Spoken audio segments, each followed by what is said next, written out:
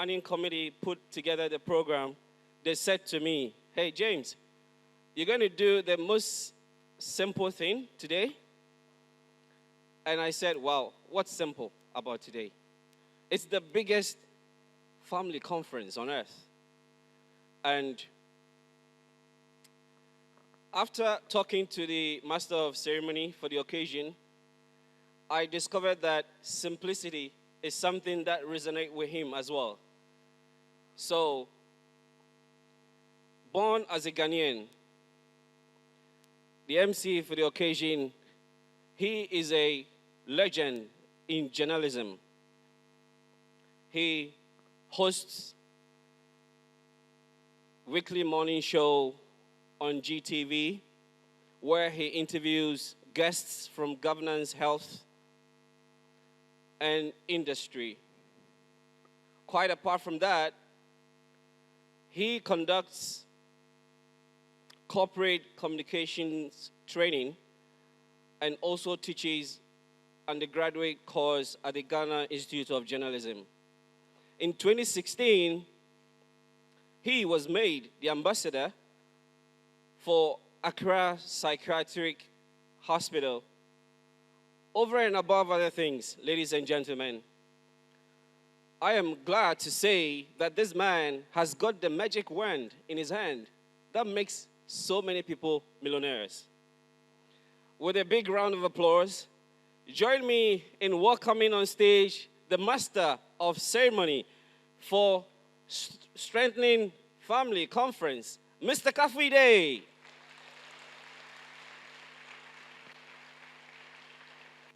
Hello, everybody. Good morning, and welcome to Strengthening Families 2022. Are you happy to be here? I'm excited to be here because there's an innovation. This year, I get a co-MC, and she is a Ghanaian poet, a writer, an author, a literary scholar and critic, a media practitioner, a TED speaker, activist, and versatile creative of Gadangme and Ewe ancestry. A lot for a person who does a lot of things. She's the author of The Matriarch's Verse, which is a collection of poetry, which is available on Book Nook Store and Amazon, both in paperback and Kindle editions. She's also the head of programs production at Accra-based City 97.3 FM and City TV, where she hosts Diplomatic License and What's Cooking, while advocating for the causes of literacy and numeracy, appreciation of the creative arts and arts business, as well as culture. Let's show some love, some good family love for my co-MC, Apioko Seyiram Ashong Abe.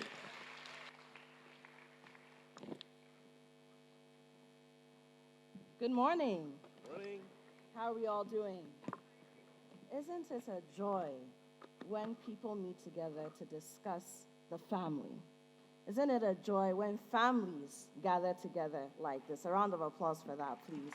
And thank you very much to my boss here, Kafui, boss and big brother, for allowing me to share the stage with him this morning. It's a real pleasure. Ladies and gentlemen, please be on your feet for the national anthems of the Republics of Gambia and Ghana. So the Republic of Gambia first, followed by the Republic of Ghana's national anthems.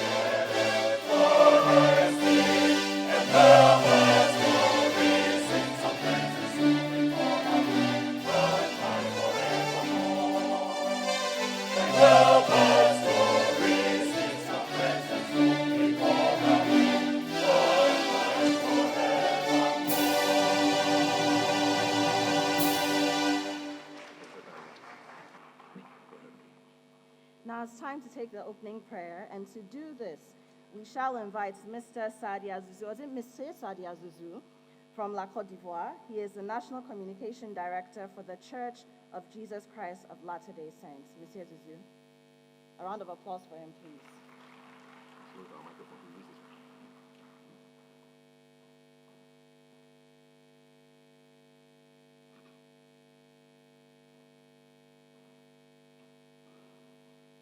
Notre divin Père céleste, nous te sommes reconnaissants pour l'opportunité que tu nous donnes de nous rassembler aujourd'hui. Nous te sommes reconnaissants pour toutes ces personnalités que tu as rassemblées à travers toute l'Afrique de l'Ouest aujourd'hui pour échanger sur la thématique importante de la famille. Nous te sommes reconnaissants de l'esprit qui prévaut ce matin, car toi-même tu as dit, là où un ou deux de ces enfants sont réunis, tu es parmi eux. Notre divin Père céleste, nous savons que tu es parmi nous ce matin et que tu nous écoutes. Nous te demandons, ô divin Père céleste, de prendre le contrôle de cette conférence, de donner l'esprit à toutes les personnes qui vont intervenir pendant la journée d'aujourd'hui et pendant la journée de demain.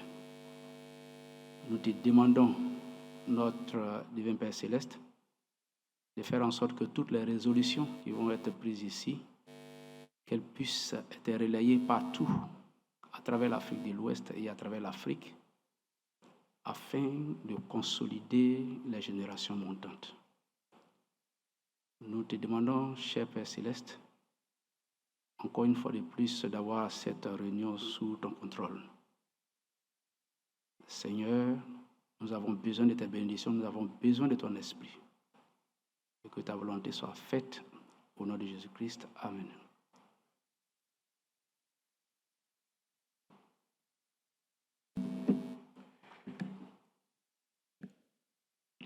Merci beaucoup, Monsieur Zuzu.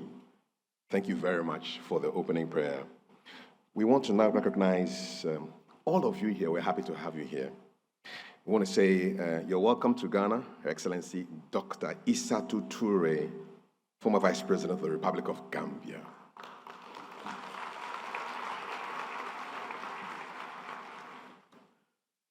We also have with us His Royal Majesty King Ni, Dr. Takite Kutru II Gamanche, President of the Ga Traditional Council, and his elders with us. Thank you so much. Reverend Professor Charles Enum Adams.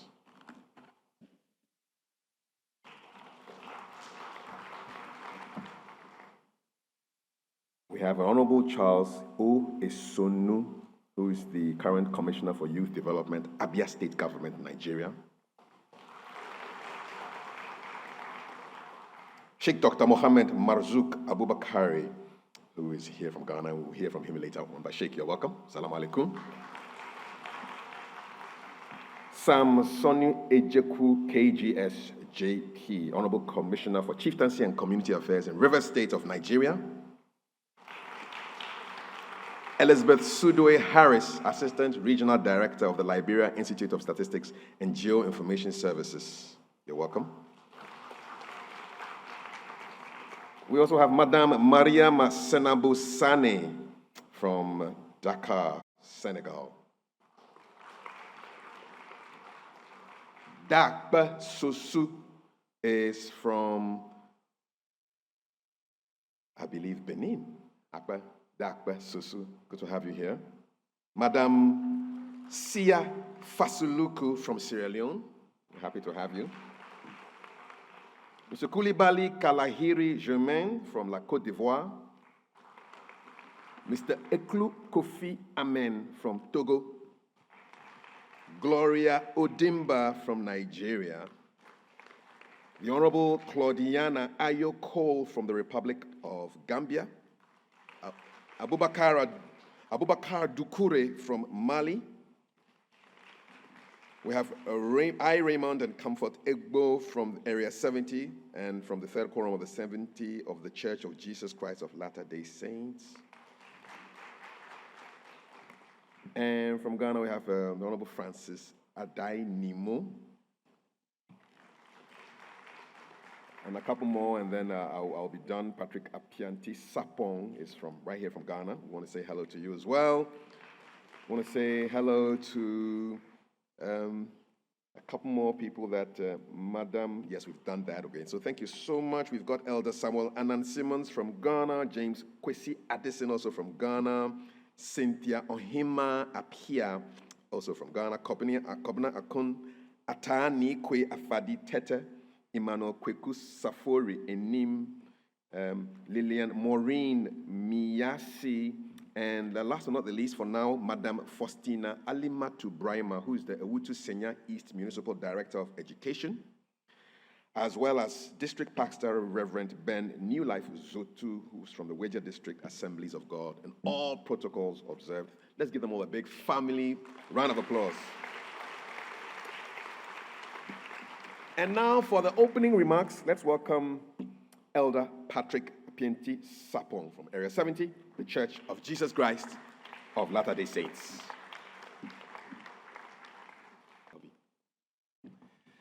Thank you, Kafui. Ladies and gentlemen, it's an honor to have this privilege to offer a few remarks as we begin this Strengthening Families Conference. Je pense qu'après Kafui a parlé en anglais, je peux parler en français. Pour mes amis qui ne pouvaient pas parler en français, vous pouvez chercher la langue dedans pour cette occasion. Well, I want to give a special welcome to our friends who speak French here, and I'm grateful for this privilege to share a few thoughts.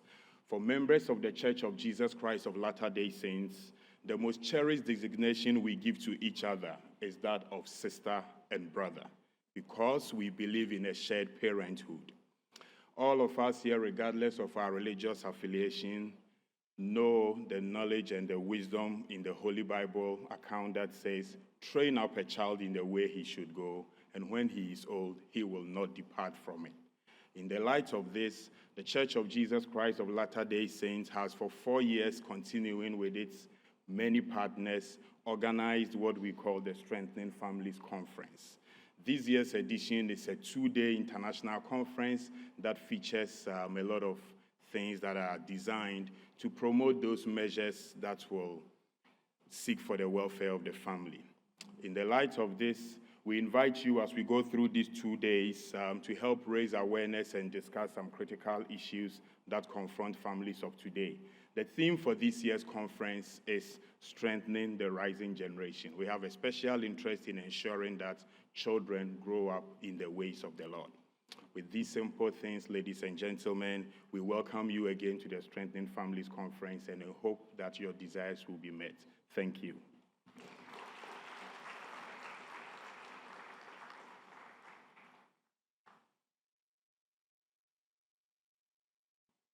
Okay, another round of applause, please. Thank you very much, Elder Patrick Apianti Sapong. Now it's time to take a video presentation of what was accomplished in the year 2021. So let's take that video, and then when we come back, we'll hear from our guest of honor for today.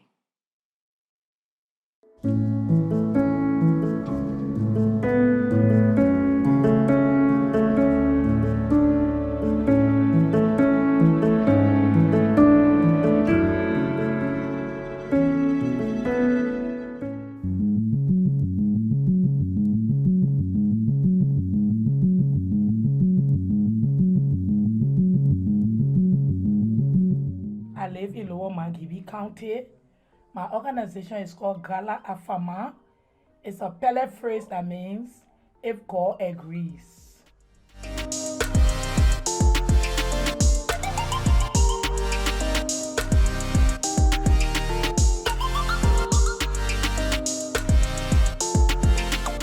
I remember last year, June, I was invited by the Latter-day Saints members to this Strengthening the Family conference in Ghana. I was so taken aback, I was so impressed. When I landed there, the first thing I felt was the love of Jesus Christ. And the whole focus was on strengthening the family, the youth, really looking at the youth in transition, telling us that the young people of this world, they are the ones supposed to take after us, the older ones. When we're in Ghana, when they brought the various groupings, they show how little groups in the street in various communities were so self-reliant that making their own food, producing it to another level, whatever gift you had within you, you develop it to this point that you don't have to depend on others, and you appreciate it, and you train others. Time go back, I was not having anything on here. I joined a group, a self-reliable group, to help me to balance my business. So when I went to her, she said, my daughter, you can start. There's small thing here. If you say, make sure you lay small thing now. You can keep this for 6 months, short term goal and long term goal. So naturally, I begin to understand that you can be self-reliable for your own self. So anytime this time, if I say I make sure I lay 500 down. So this come around, my children even say no way to go credit reference anything. You please give me money, you do that. I lay money where I can keep, and you play where I can put my hand and carry my children to hospital. So that's some of the things I learned there. The concept of saving, okay? And now the concept that they have is from hand to mouth. The next concept in their minds, everything is nothing. They value these things. Everything is nothing. They're the one we have. So what make it later? They will buy a lot of goods. After 2-3 weeks, after a month, some of them, the children at home, they can't pay the school fees. But you just had this market the other day, and we all bought from you. You say you make X, like $1. How come you don't have money? Concept of saving not there. So when I came back, knowing that I left them, the concept that we learned them, that you can learn to plan. You can learn to take something from your business and put it aside. You got to learn to appreciate time management. You can be making your business, and between the hours of 7 a.m. maybe to 10, that's when people come and buy. And you are not ready. The concept of cleanliness. So when I came at the concepts, I came and I redefined it simplistically for them. And then they begin to grasp the idea, and we're working together. Each time I try to do a business, I can always drop. But our mother has come with this idea. I think I have to make a path. That's how I joined this organization.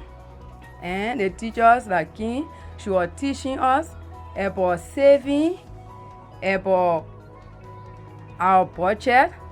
And now, if I start any business, since we started the teaching, if I'm doing any business now, I can succeed.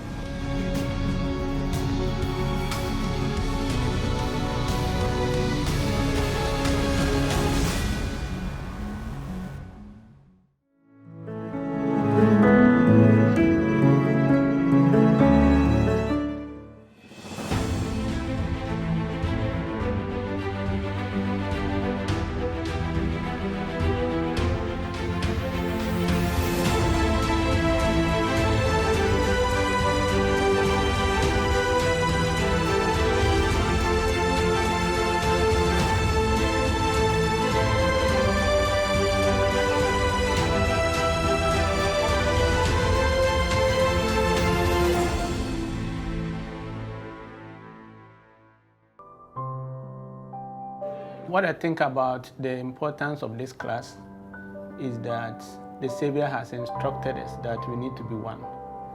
We need to be one as marriage couples. We need to be one as brothers and sisters. And we need to be one in His gospel. And said, if we are not one, then we are not His. You know that marriage nowadays is struggling. The devil has waged war against it. and families are tearing apart. Couples are divorcing, and children are crying and suffering. All right. Please listen as I point them out to you one after the other. The first one is communication goals and values. The second is commitment to grow. 6, agreement on male and female roles. What I like most about the Come Follow Me is that it makes the family stays together, and it also unites us because it's like we have a principles that we are following, and it brings joy and peace in the home. Yeah, it's not difficult for us to get all the family together once they are in, because it's a routine thing and it has become part of us. So when the time cometh, all of us will just get together and then we go into the Come Follow Me for the week that has been assigned for us. There's one scripture that I love so much in Doctrine and Covenants section 88. He said we should organize ourselves, we should prepare every needful thing and establish a house of prayer, a house of fasting, a house of faith, a house of order, and a house of God. And I believe that if you are able to organize yourself very well and build a house which you have order in it, prayer, fasting, and everything, there is always peace in the house and there is always unity because everyone understands his duty and perform it. So I believe that the best way to be able to bring your family together is the gospel of Jesus Christ.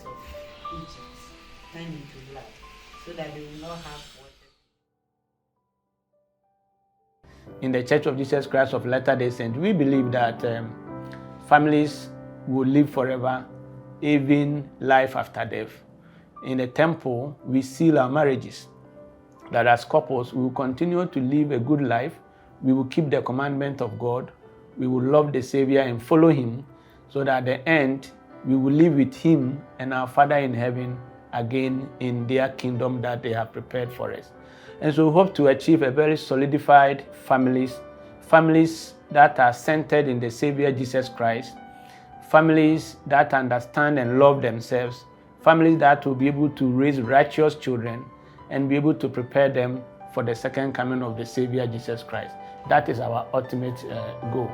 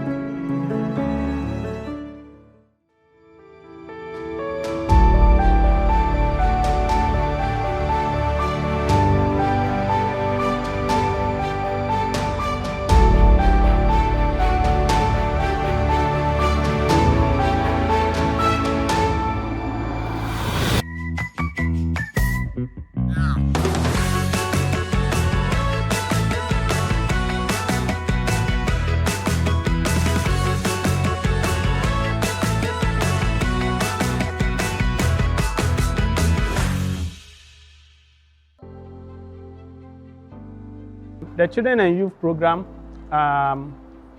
is a program designed to bless the young ones, the youth, that is the young men and young women, and the primary children.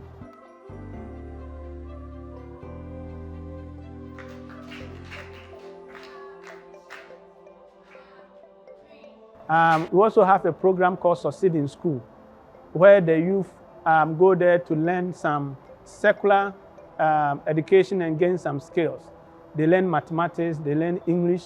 When they close from school, they come to the chapel and they have facilitators who aid them through the course, and they teach them how to improve upon their mathematics, English, and other languages. And this has helped them a lot. They perform well in school.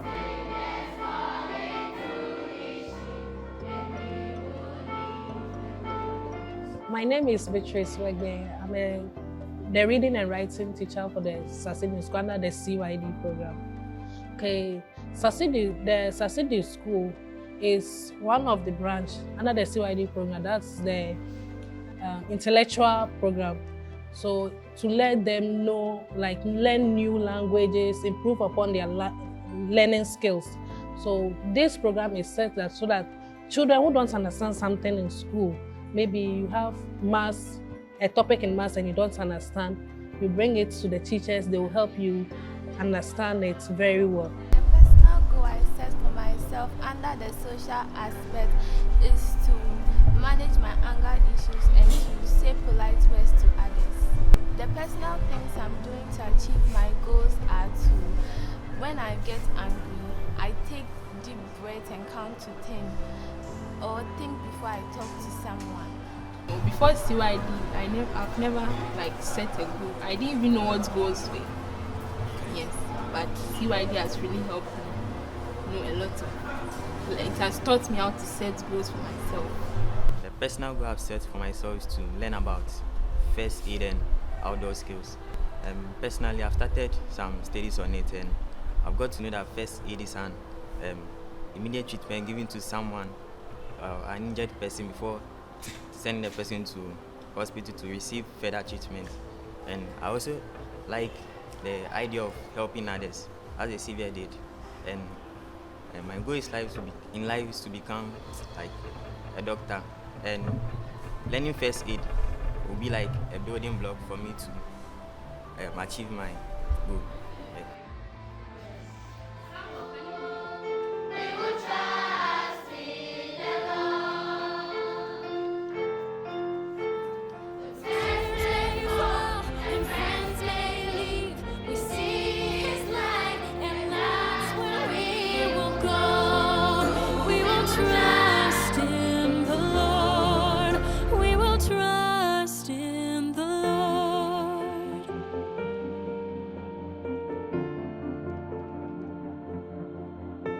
We won't be blinded by the rain. The path we're on is clear.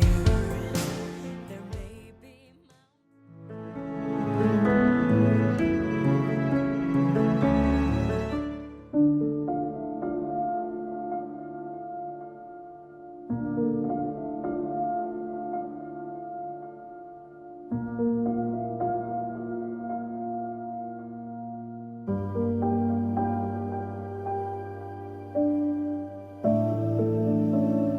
I know you, and you know me. We are as different as the sun and the sea. I know you, and you know me. And that's the way that it's supposed to be.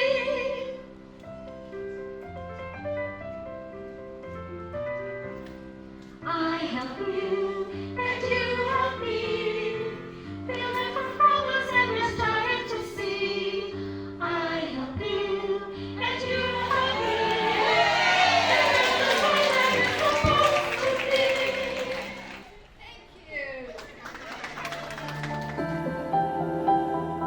be. Human rights is a right everyone should have because he's a human being.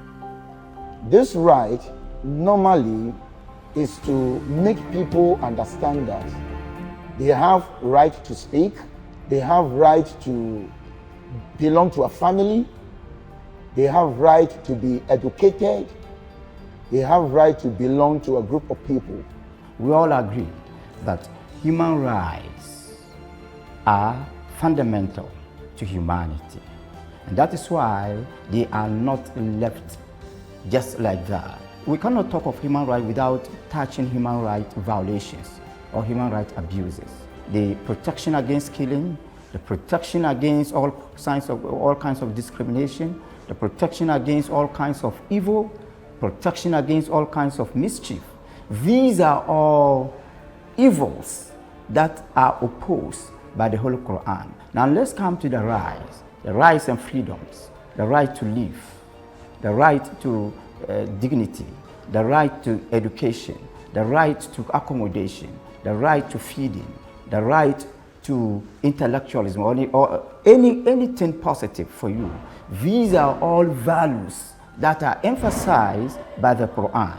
I think it's a good initiative that is going to reform and shape us as individuals, as we go about in our everyday lives, as we teach in school.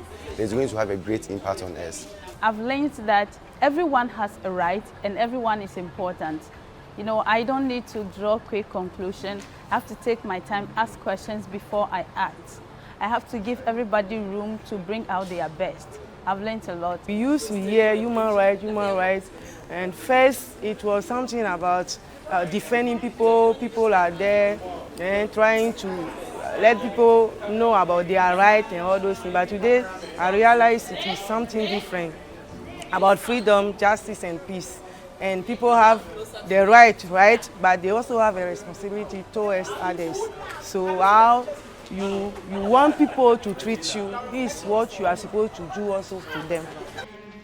In my community, I'm gonna let it shine, let it shine, let it shine, let it shine.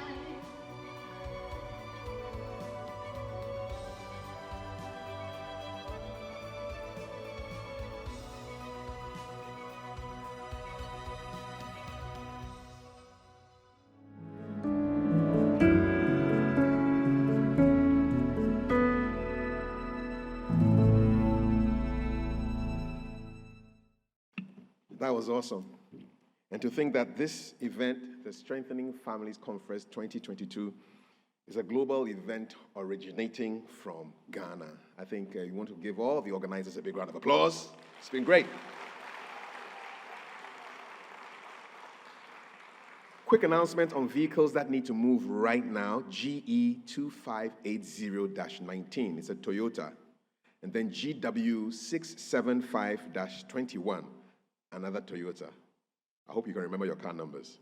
GE 258019 and GW 675-21, both Toyotas. I want to also recognize the presence of Elder Larry Eskacha. He is the first counselor and is in the Africa West Area Presidency. Elder Larry, good to have you here. There was a video which had pictures of and images of the youth. We have so many students here. There are 3 schools represented in this meeting. Accra Wesley Girls High School, based in Kaneshi. Wait, give us a wave. Yeah. Laboni Senior High School at Laboni. Give us a wave. Thank you. And Odupong Senior High School. Odupong, where are you? Thank you. Thank you so much. It's now time to hear from our guest of honor, who was the Vice President of the Republic of Gambia, part of the coalition that removed the authoritarian regime for 22 years in the country. Before she was appointed Vice President, she served as Minister of Trade, Regional Integration and Employment, and as Minister of Health and Social Welfare. Before her current political engagements, our guest of honor founded a feminist organization, the Gambia Committee on Traditional Practices Affecting the Health of Women and Children, GAMCOTRAP. I love the acronym. A leading women's rights organization in the fight against FGM, GBV, and promoting the effective participation of women in politics, and served as an executive director. Students, I'll come and test you on what FGM and GBV means, so get ready, all right? She holds a PhD in development studies with emphasis on gender and development, and from the Institute of Development Studies at the University of Sussex, United Kingdom. Let's welcome our guest of honor, Her Excellency, Dr. Isatu Toure.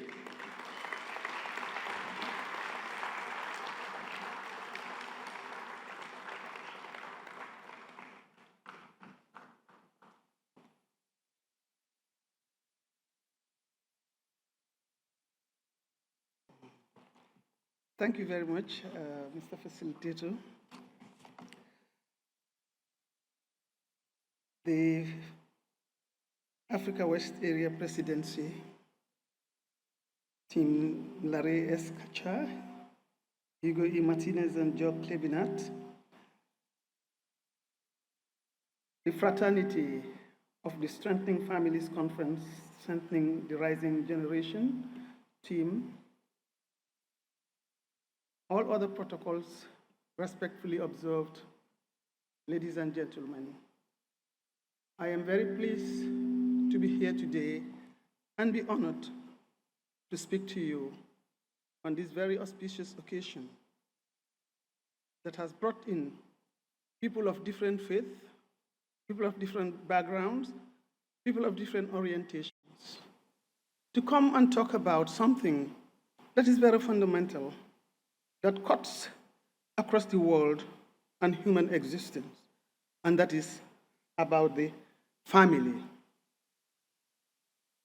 I think there is nothing more real, more spiritual, much greater than the issue of the family, because we are all progenies of families.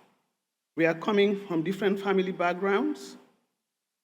That shows the importance of human existence and the importance of family from time immemorial.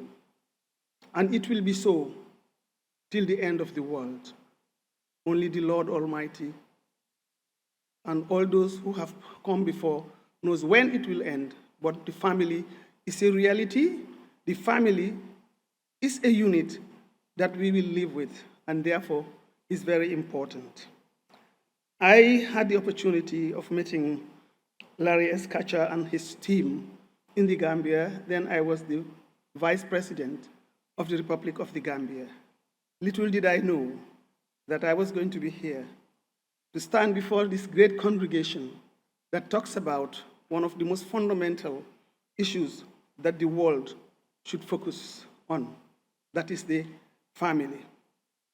We had good conversations, and I was impressed.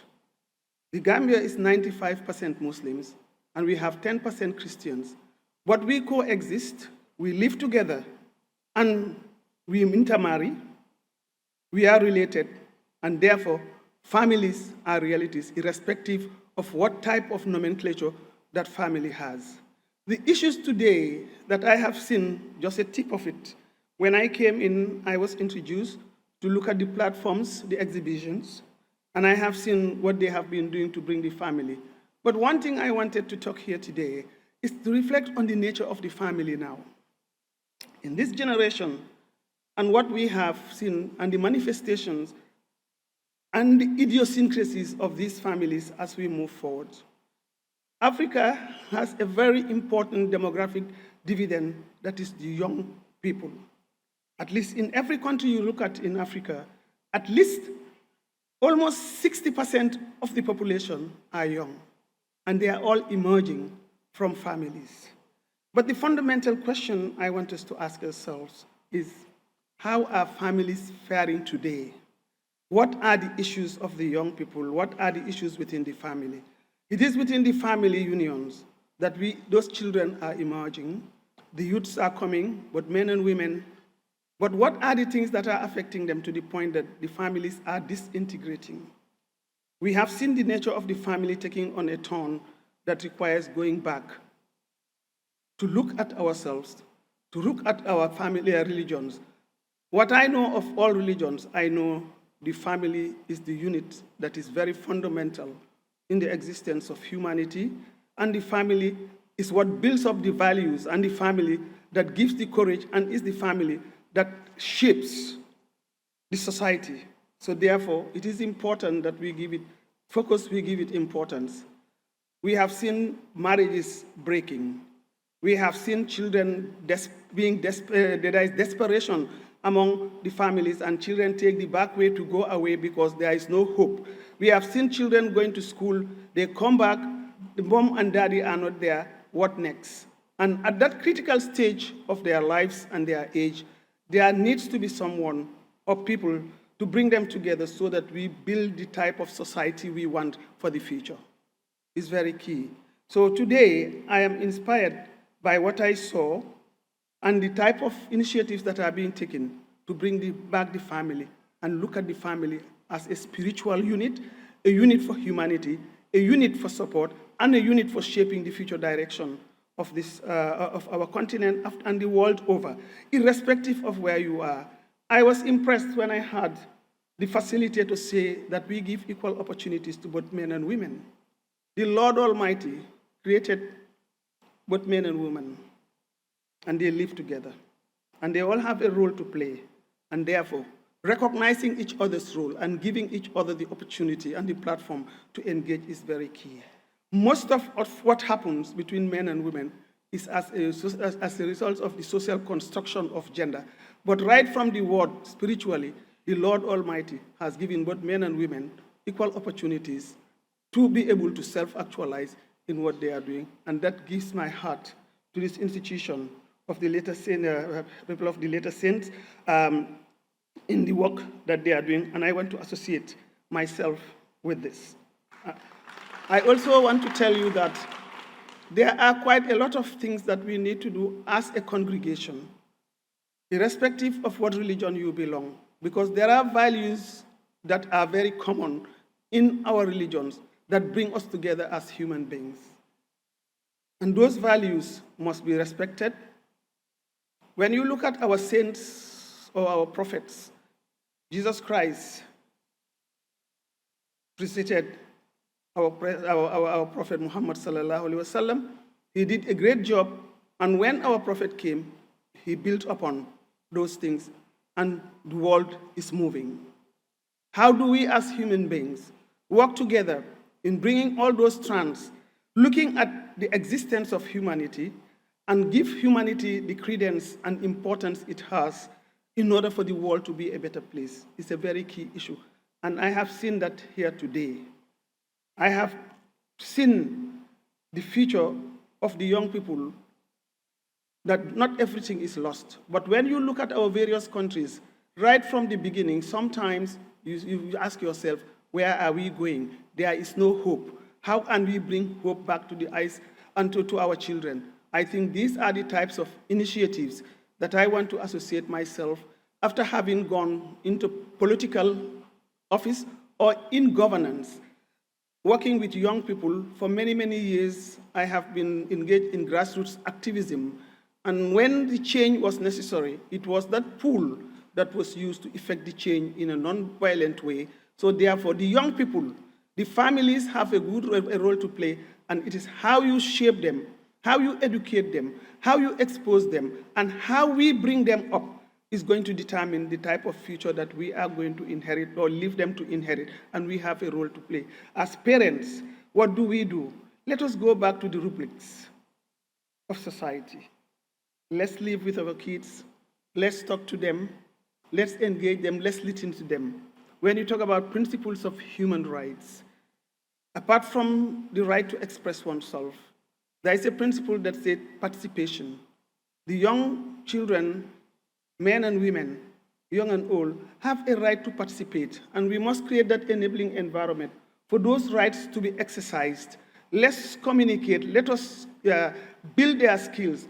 I have looked at the films, and they all have a lesson for us to learn from the economic dimension to the spiritual dimension to self-actualization and to belong to a family where you feel. I want to give you a story. Just before I came last week, I got a lady, when I finished my tour of office as vice president.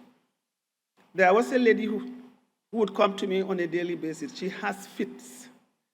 And that lady, because I met her once, she was so attached to me. And when she came to find out where I was, they said, "You cannot come here, please go." And I said, "No, she has to come." She used to meet me in my office when I was with the grassroots. Now she's found me, please let her come. I realized that she had fits. You have the father there, you have the mother, you have the family. When I met them, they said, "Well, we cannot take her because, we cannot manage her."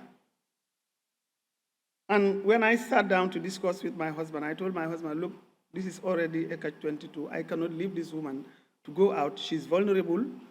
She could be faced with this thing. And because she has fits, let's try and get her something to move forward with her health." And I did that. I am sharing this because I want you to learn a lesson on that. When she came, they thought she was like a mad woman because she had nobody who was going to care. And you have very close family ties there who are well. Listen, I took her up. And after 6 months, they were telling me she's not well. I did not see any of that type, although I know that she has fits, and we have been giving her the type of drugs that she needed. We were feeding her, we gave her to stay with my children in the same house, and she would get up, sit in one corner, and we were just giving her the chance to recover from the shock of the rejection of her family. And I saw the best in her last week when I moved out of the residence of the vice presidency and I went to my residence. And this lady came and told me, look, I said, do you want to go back to your family? I called the family and they said, no, no, no, no, this is yours. I said, okay. I took her back. And a week after I moved, she came and told me, please, I want to be responsible for sweeping the compound. I want to be responsible for filling the buckets because water does not come. And I want to help you make sure that whoever comes, I will tell the person that you are in or you are out. And my tears came out. The humanity in her, the usefulness in her, and the fact that she has recovered from that threatening stage of the disease, because when they fall in fits, there are myths surrounding it, and the whole family disowned her virtually. And today, that's the person who is there playing and facilitating a role that I never expected her to do because of the box that they placed her on. So the importance of family, I'm telling you, when she came to my family and we gave her all that care and love, you could see a transformed person. So everything, the importance of the family cannot be overemphasized. It is important that we go back, we try to rebuild the family. Of course, the family cannot be the same. It cannot be the type of family when the family is becoming nucleated because of the circumstances, the technology, and all these things. But that humanity and love, care, and the type of support we need to give as a family is very fundamental in building the young generation. Whatever happens, we should try as much as possible and work. And I am ready to support this initiative. I'm coming from the Gambia. There is a lot of work. I've worked with the grassroots. I've worked with a lot of organizations, and I have helped to build up movements. I will do my best. I'm happy to be here with my colleague, Minister of Basic Education. He's also a grassroots activist, and who has also been working. And we've worked in very difficult contexts and circumstances where education for girls are not taken seriously, and where we were able to transform a lot. Female genital mutilation is a practice that we do, and children suffer the effects of it even by missing school, not even getting the opportunity, particularly the girl child.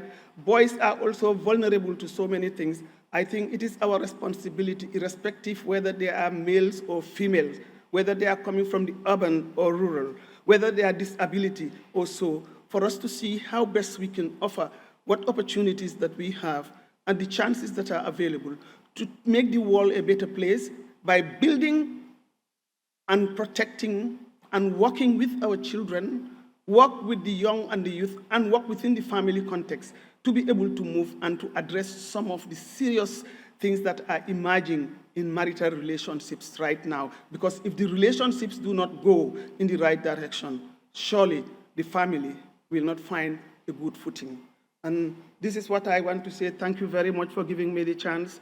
I am very grateful, and I am here to say thank you to all of you for giving me. This is my first outing since I stepped down from office, and I am very proud to be here, and I am ready to come up with a project also to do something that is going to advance humanity and to move working within the framework of different religions. Thank you very much.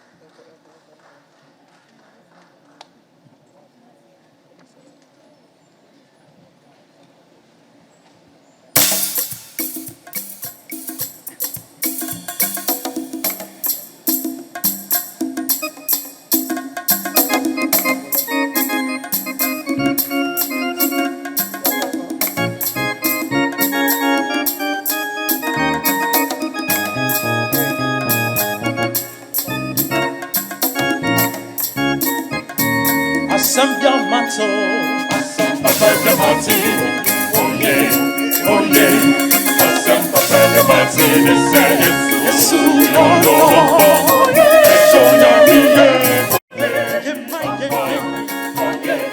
oye, asambia mato, papele mati, oye, oye, papele mati, Yesu yono, Ejonya miye.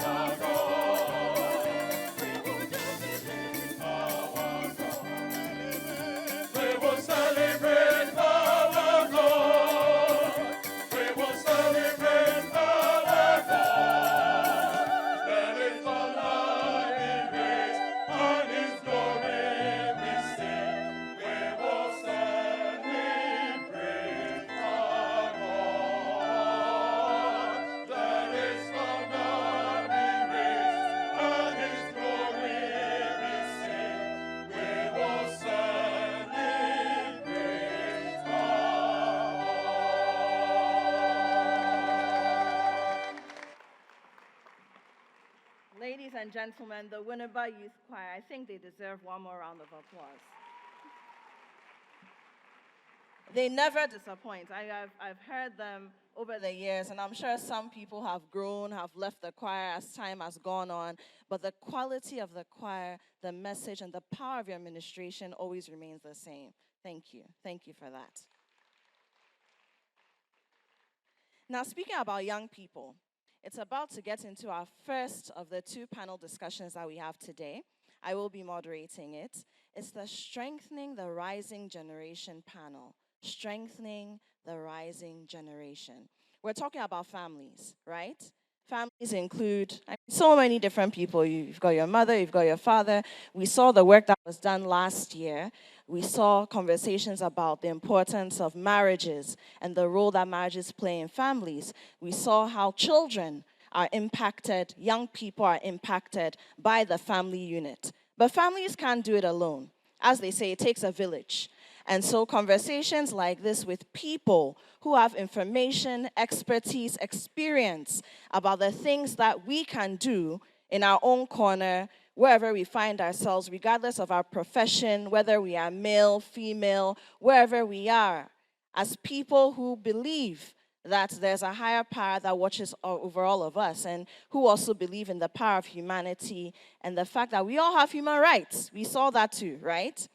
People like us who believe in this, what can we do to ensure that beyond the family unit, we're doing what it takes to strengthen the rising generation so that they can only progress and succeed and not fail? So we have 5 panelists from various walks of life who are going to help us dissect this topic. Very first, his government name, as we say, his government's name in Ghana is Kobnakon, but everybody else knows him as Woody Maya. You know who Woody Maya is? You know him? One of Ghana's most successful YouTubers. He's doing amazingly well. He's known widely by his brand name, Woody Maya. He's a Ghanaian freelance vlogger and YouTuber. He has a degree in aeronautical engineering from the Shenyang Aerospace University in China. He has, over the years, been able to create a niche for himself in the area of social media content creation in a space of just a few years. His channel grew in popularity, attracting over 1 million active subscribers and millions of views.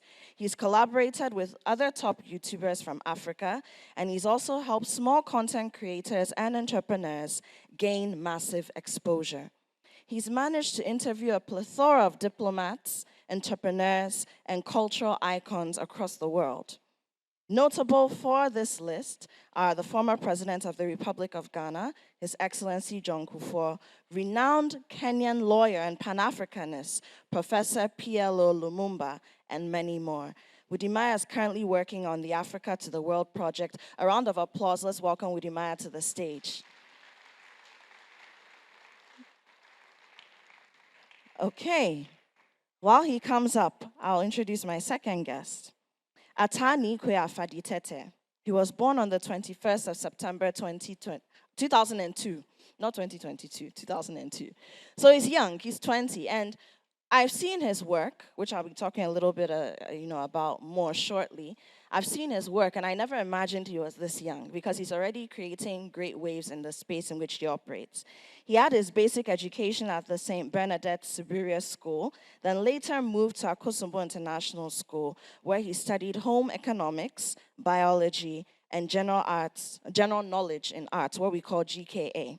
After school, he had his attachments at the Irata Hotel before taking the chocolatier training at Delphi Ventures Cocoa Museum and Chocolate Factory, where he was trained by his auntie, Ida Della Cueco Austin. In 2021, he completed a one-year advanced cooking course at the Accra Technical University, and he's currently the chief chocolatier of Delphi Ventures, makers of Delaf chocolates here in Accra. He's one of the youngest chocolatiers in Ghana. A round of applause for Atani Kwe. Lillian Maureen Miasi. She's currently working in the Commercial and New Markets Department of an e-commerce company as a city launcher and a part-time freelance translator and interpreter. She formerly worked as a sales consultant in the bathroom and interior design renovation industry. You know how big that industry is, don't you? She studied languages, and she has a BA in translation and interpreting. Most importantly, she is a child of God and a member of the Church of Jesus Christ of Latter-day Saints. I think you can applaud that. So she's from home. As a young single adult, she strives to use her time wisely, and she participates in gathering a place so as to learn and develop skills, resilience, and self-confidence that can help her handle adulthood in preparation to finding her own family one day. And I'm sure you saw Family Place as part of the exhibitions out in the foyer. So let's welcome Lillian Maureen Miasi.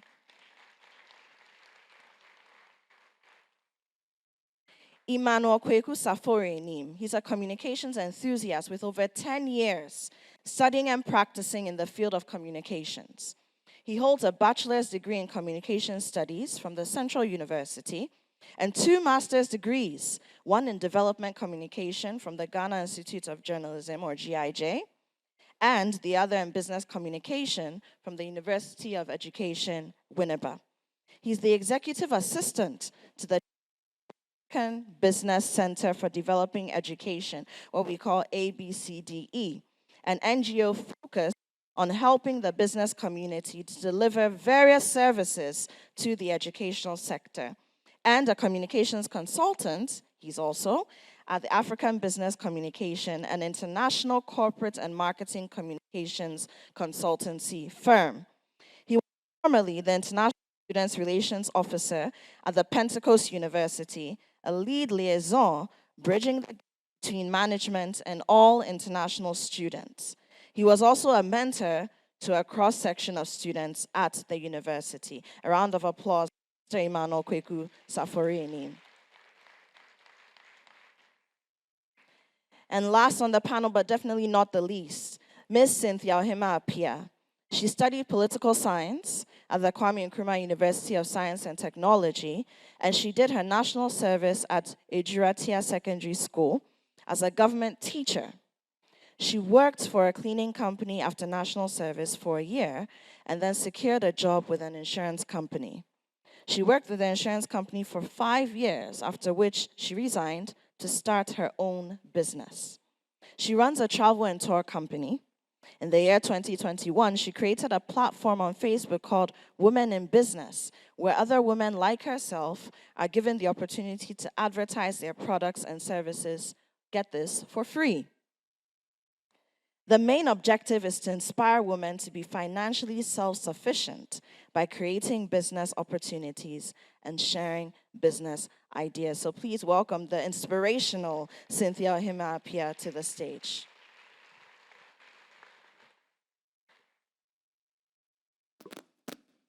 One more round of applause for my panelists, please.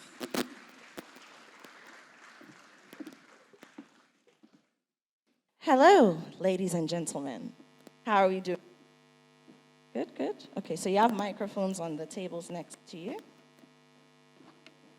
we go. Let's test them briefly before we go. Hello.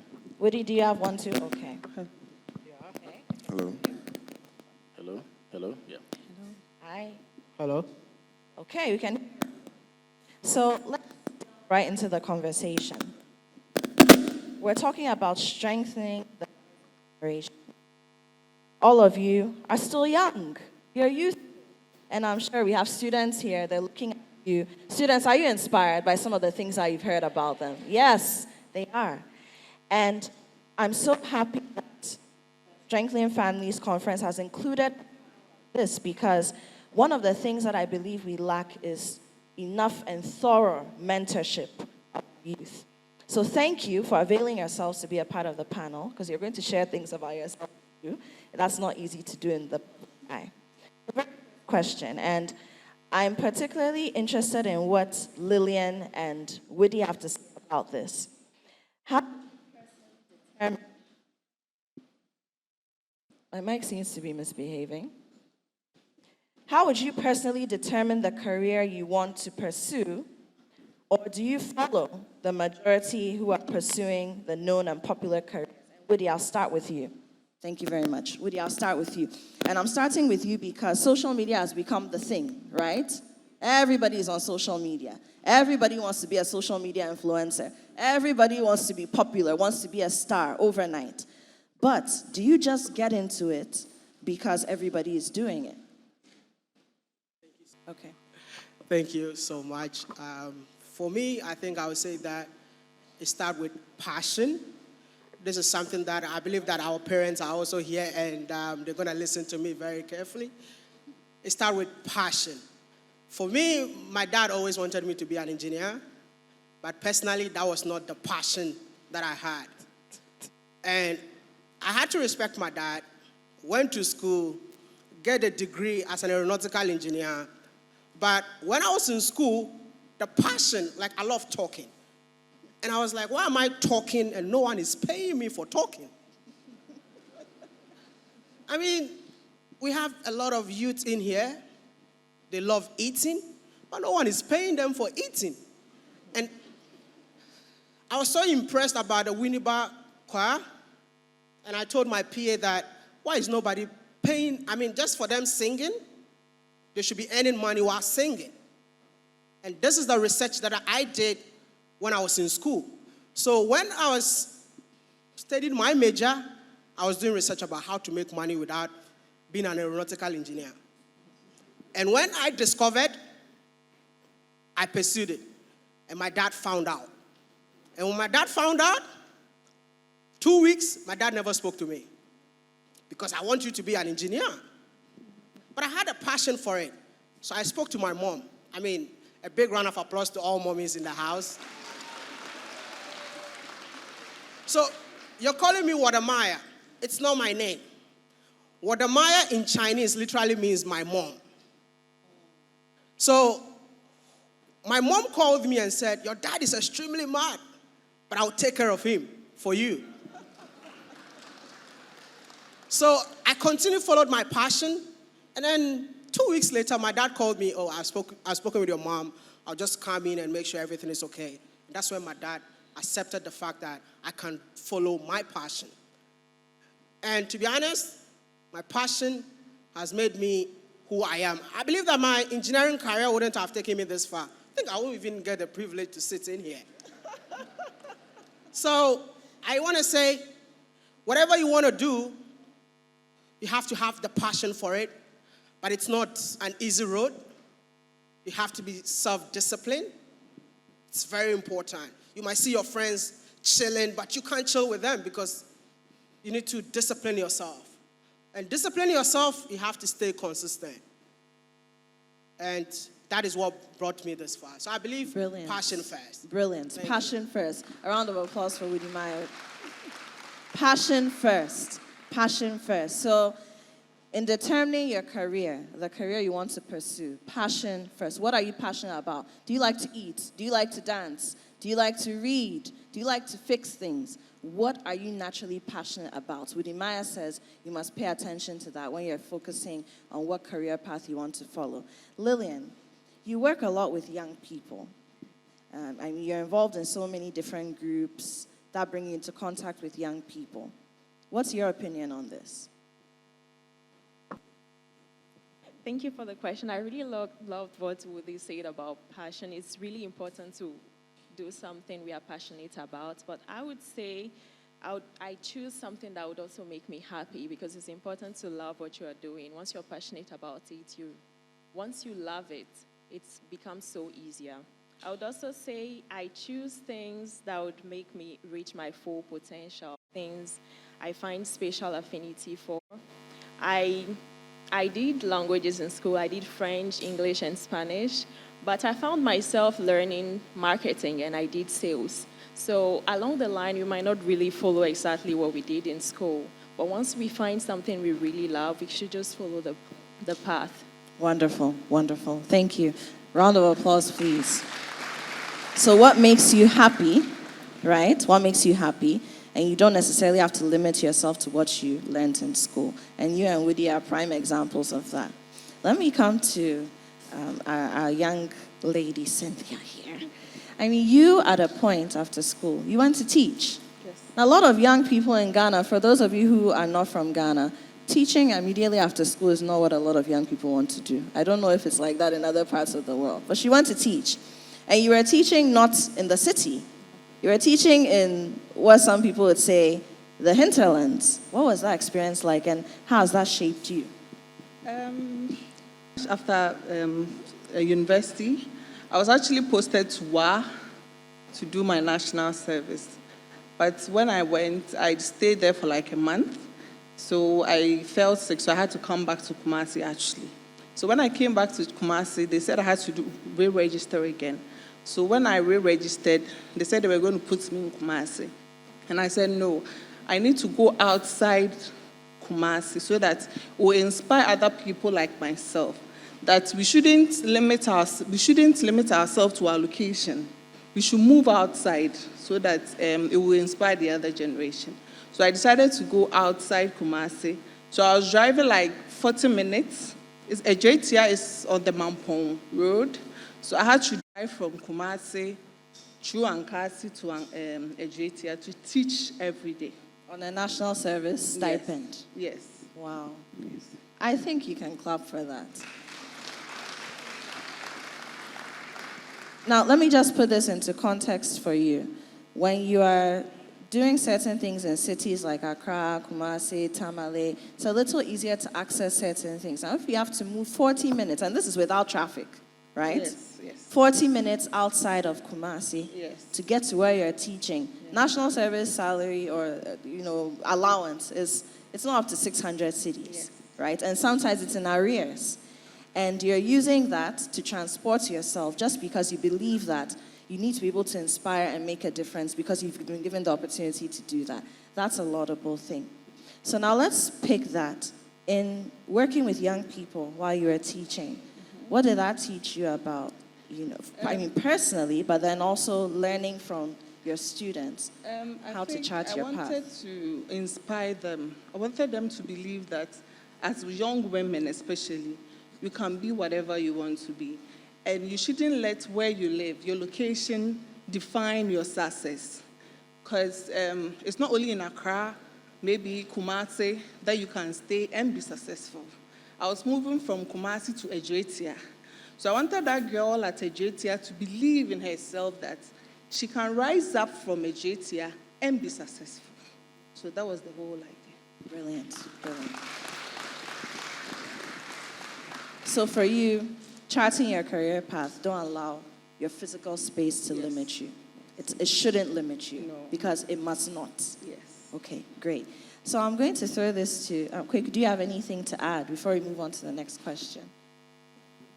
Yeah, I think moving out, as she said, is very, very important. Once you live in a certain location, you are stuck in a certain box.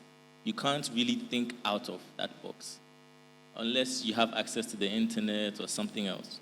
So it's very important to move out. Wherever you are, spend some time out of your community or your location. See how other people do their things, how they live their lives, and you would realize that there are much easier, much more convenient, and better ways to do certain things. So, yeah. Move out of your comfort zone, move out of your box. Great. Nia Yukwe.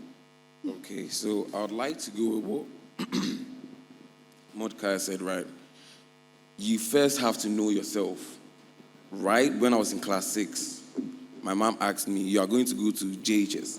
JHS is where you choose between pre-tech and home economics. It's basically going to give you the fundamentals of who you are going to be in the near or distant future. And she was like, sit down, think about who you want to be, what you want to be, and then based on that, make the decision. And I was a kid who was always in the kitchen with my mom, not necessarily cooking with her, just seeing her cook and then present as the dish made me happy, right? And then one time, she comes from work late, and then I cooked. And she loved the food I did. Everyone in the house did. And the sense of satisfaction I got from that was unfathomable. I was very excited. It got me to a different level of happiness, right? And I did it again. I felt that same happiness. So I'm like, if this is what is making me happy, let me choose this as a career path to make my life happy for me. Because if I'm working and I'm making money from what I love, then that's what life is all about.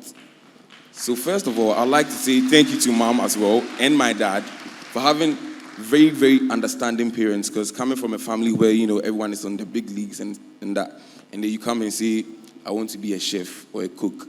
It's like taking a bold step, stepping out of the box, like he said. What makes you happy? If this is what makes you happy, how can you monetize what makes you happy and you'll be happy in life? Thank you. Thank you for that. Thank you for that. So, Atanya, I'm going to stay with you for the next question, and then I'll move to Woody.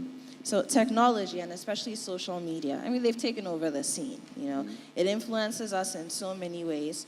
Because of technology, social media especially, young people have access to more information than ever before. And unfortunately, parents and families, we don't always have control over what our young people are engaging with on social media or, whatever gadgets they are exposed to.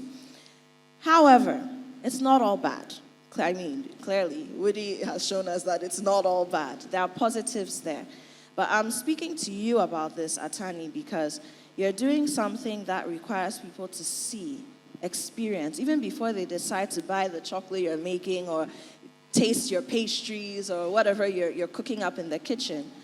If they get to see it first, say on social media, they get to interact with it on their phones, on their little screens. Yeah. That's a step in attracting a potential client or customer. Yeah. So for you, how have you found technology and social media beneficial in your career path? Okay, so technology has been very, very, very amazing. It's changing lives like globally, right? There are people connecting to this particular program because of technology, not necessarily having to move from where they are, right? So technology has really opened the marketing space. On my social media handles, I do not only cook, I'd like to consider myself as art. I am art because I paint, I do some form of music on the side. I'm just making myself happy and monetizing it. That's what basically it is. And technology, social media has made this so easy and accessible to anyone, anywhere. And it's just something that if you use and utilize in the right way, everything is about use, right? If you use something too much, too little, if you underuse, overuse, all of that, it's going to have a general effect on how you basically are, right? So it's a good wave. It's just about harnessing it in the right way to create positive results. Wonderful. Thank you. Thank you, Atani. Widimaya, there are a lot of people, and I'm sure even in this room, who don't appreciate the magnitude of what it means to be a successful YouTuber and how literally subscribers and clicks, because of content you enjoyed putting out there on YouTube, are bringing you money. So can you put that into context for us and then let us see the gross opportunities that social media and technology are actually presenting? I think for me, social media changed my life. And I always, whenever I meet the youth of Africa, I talk to them and tell them that it's possible for you to bring whatever that you enjoy doing on the internet. The internet is there. Listen, the internet can make you a billionaire. Having a smartphone, that's how I started with. I've been able to build what I have right now. Like, I go to Gambia, and immigration officers are like, welcome. And I live in Ghana. As soon as they see me, why on earth will I go to Gambia and they'll be like, see, I travel with slippers. Today, I think I had to wear this one. And as soon as I land, when I'm leaving Ghana, oh, what am I? You're leaving again, eh? So this is what social media has brought to my life. And I always want to tell you guys, whatever hobby that you have, especially the youth of Africa, you have the smartphone. If you love singing, put it on the internet. If you love eating, put it on the internet. It's content. It's not always about, I've seen people showing half naked and all of that. Those things doesn't even pay. Don't let anybody lie to you. I wish I had time, I will explain how it works. The internet does not forget. So whatever you're doing, do it wisely. Because, listen, I talk about the content that I do. I talk about Africa in a positive way. I lived in China. My colleagues were seeing me as inferior, and I felt like I have to go back home. I don't belong here. I had first class. You guys still think that I'm inferior? I'm going back to the motherland. And that's when I came back to Africa. When I started what I was doing, everybody thought I was crazy because I traveled from one African country, and I would just get there and I'll tell you that this is Namibia. This is how beautiful it is. And then I see Africans were like, oh, I never knew this is how Namibia is this beautiful. And at the end of the month, I wake up, and then money is in my account. You see, traveling is beautiful. It's a whole university on its own. But at the end of the day, you are traveling, you are being paid to travel. It's good to see Her Excellency, the former Vice President of the Gambia. I'm a big fan of Gambia because I'm always there. Nagandef. I interviewed a billionaire in the Gambia, tough. And the video went viral to the extent that the president of Sierra Leone invited him and gave him a contract to build the estate that he built in Nigeria, the same thing in the Gambia. You know what he did to pay me back? He just invited me to Gambia. I don't know if you've been to, there's this resort. I was there, like 5-star resort, and I was just there alone. They said, how long do you want to stay?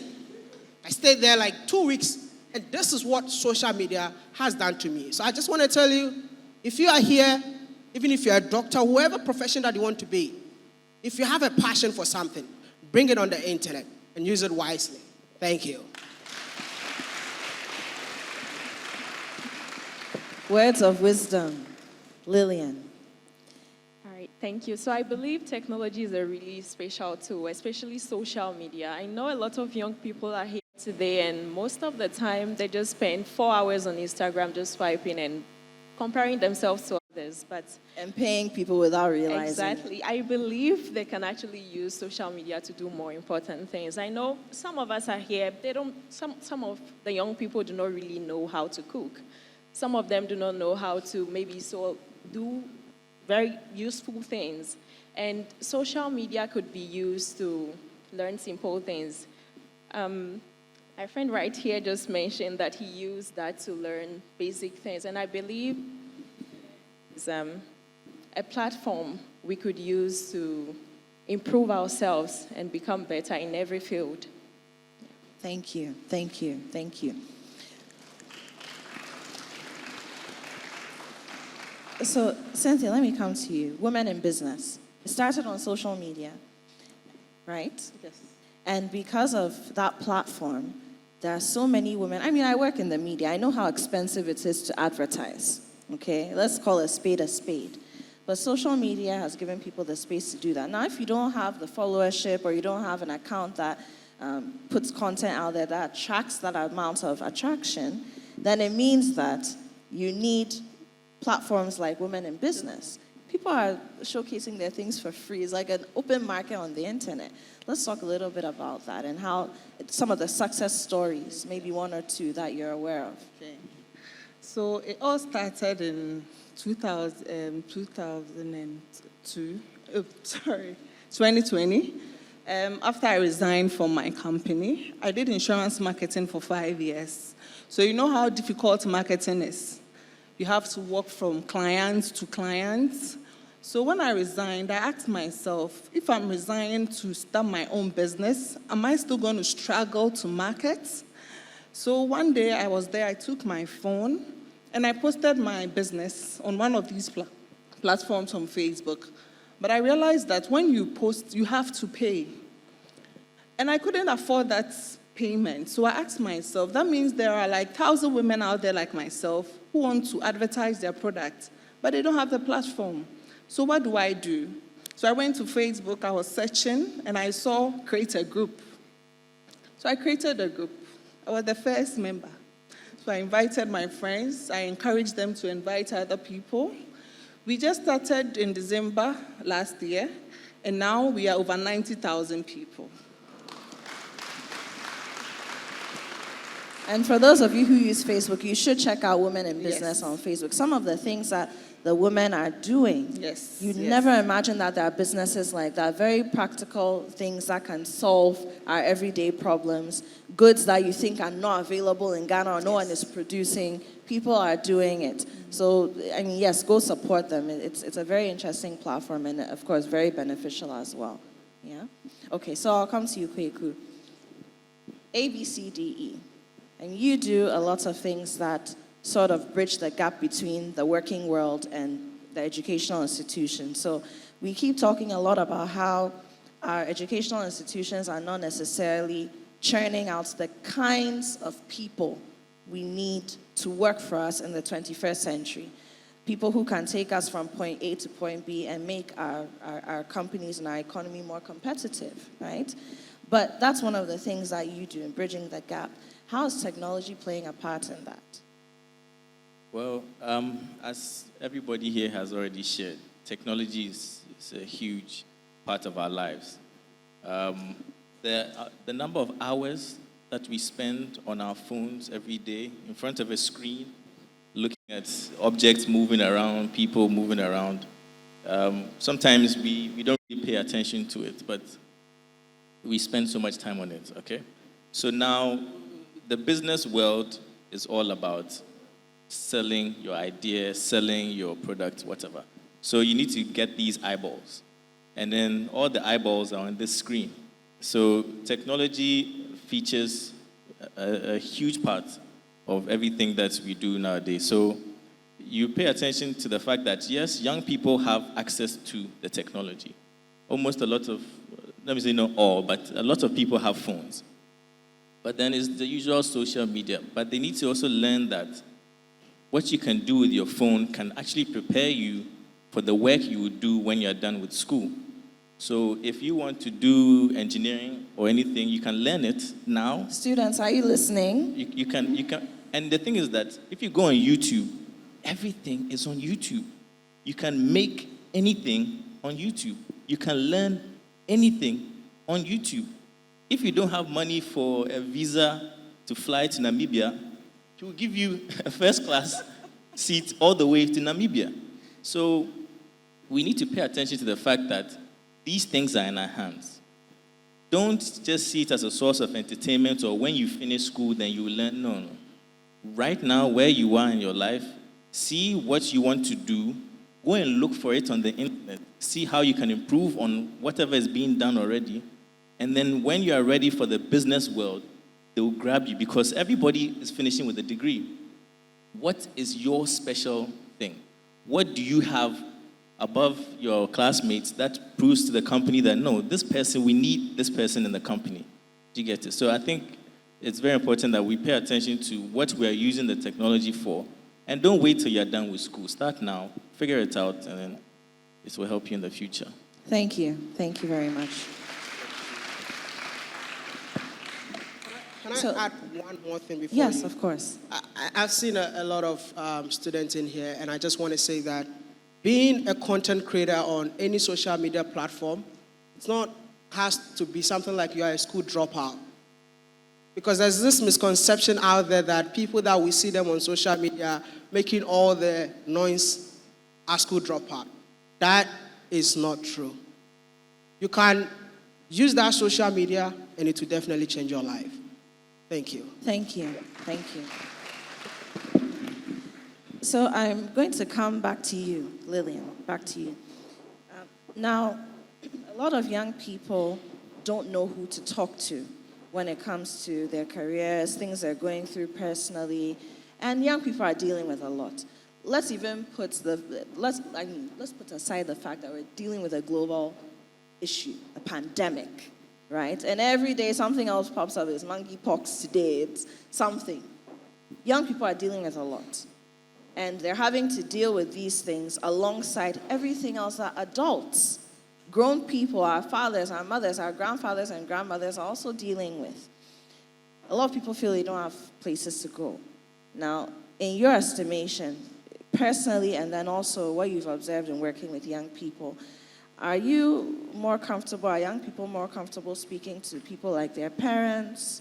Is it their teachers? Is it simply their peers?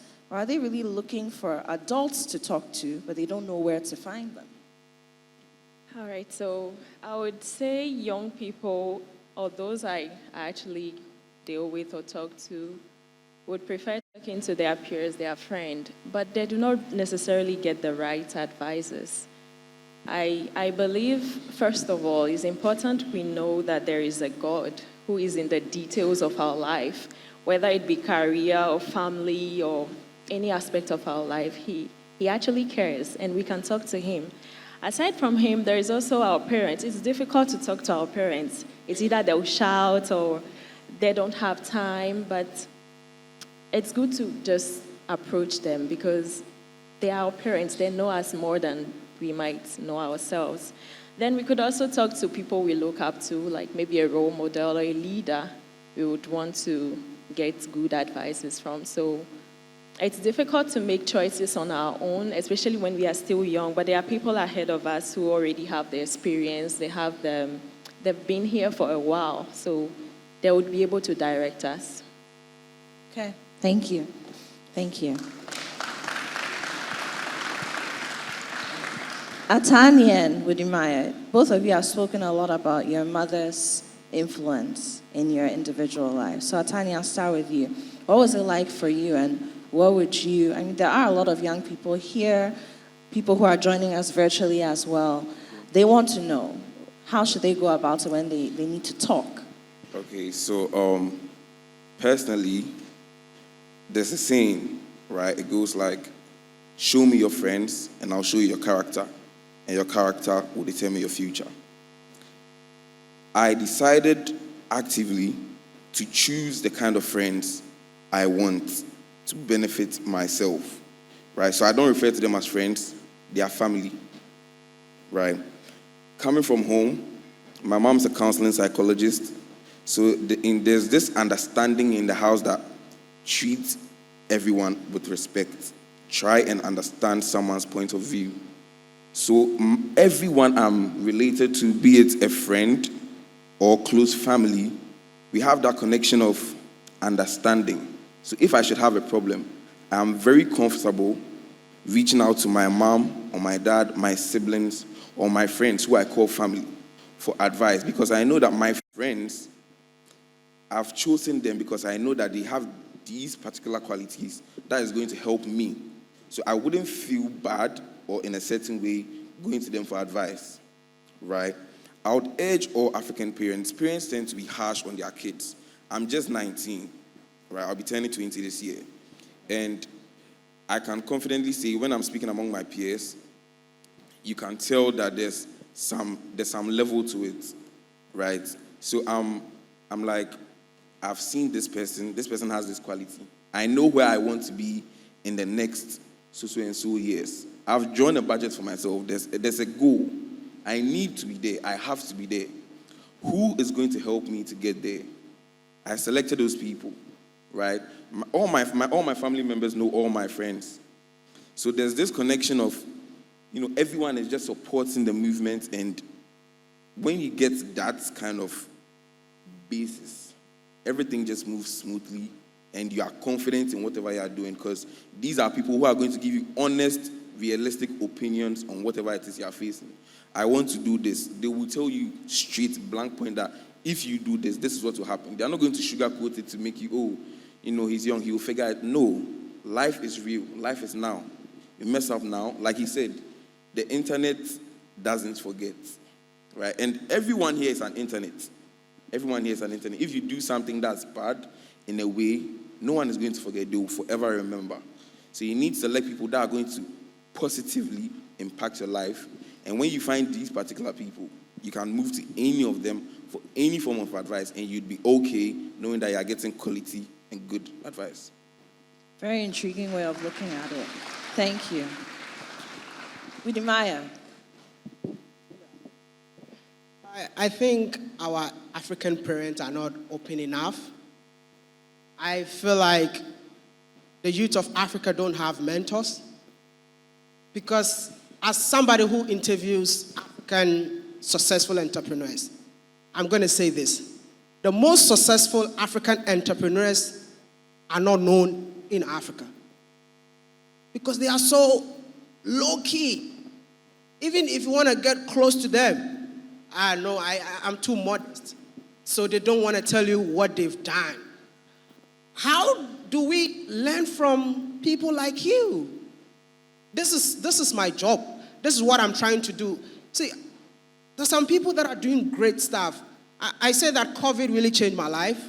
I'm so sorry. I know a lot of people died. But COVID got me where I am today. Because COVID, I had a chance to spend time with people that are older than me. And at the end of the day, I had to cut all my friends. See, if you see me in town, you will not see my age mate as a friend. And those are the people that guide me to tell me that, I look so broke, even though I know that I'm making a lot of money.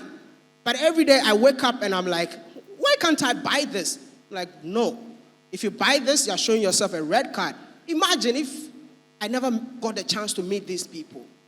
I'll be out there buying Benzes and thinking that I've made it in life. Wasting your money. What? Wasting your money. Exactly. So please, our African parent, open up to us, guide us, protect us. Let us know the right path that we need to follow. And to every African successful entrepreneur that is listening to me, no one will bewitch you. Okay? No one will bewitch you. See, I'm saying this because I've spent time with a man that I never even know, the founder of Casa Precon. Oh my goodness. How many of you know the founder of Kasapreko? No one. Because a man like this is not being celebrated. Why? Because we don't know where he is. I had to travel like 7 hours to go and find him. And he lives in a forest. I would say, hey. But he has achieved a lot of stuff. I spent 3 days with him. And when I came back home, I felt like, they say your life will never be the same. I mean, he represents your life will never be the same. Thank you. Thank you. Kweku, is obtaining the highest university degree possible, in your opinion, the best and surest way to success? And when I say the highest possible, I mean, so you've got 2 master's degrees, right? Yeah? Good. Is there a PhD on the horizon? Maybe. Maybe not. Maybe I not. mean, I've had enough of books for a while.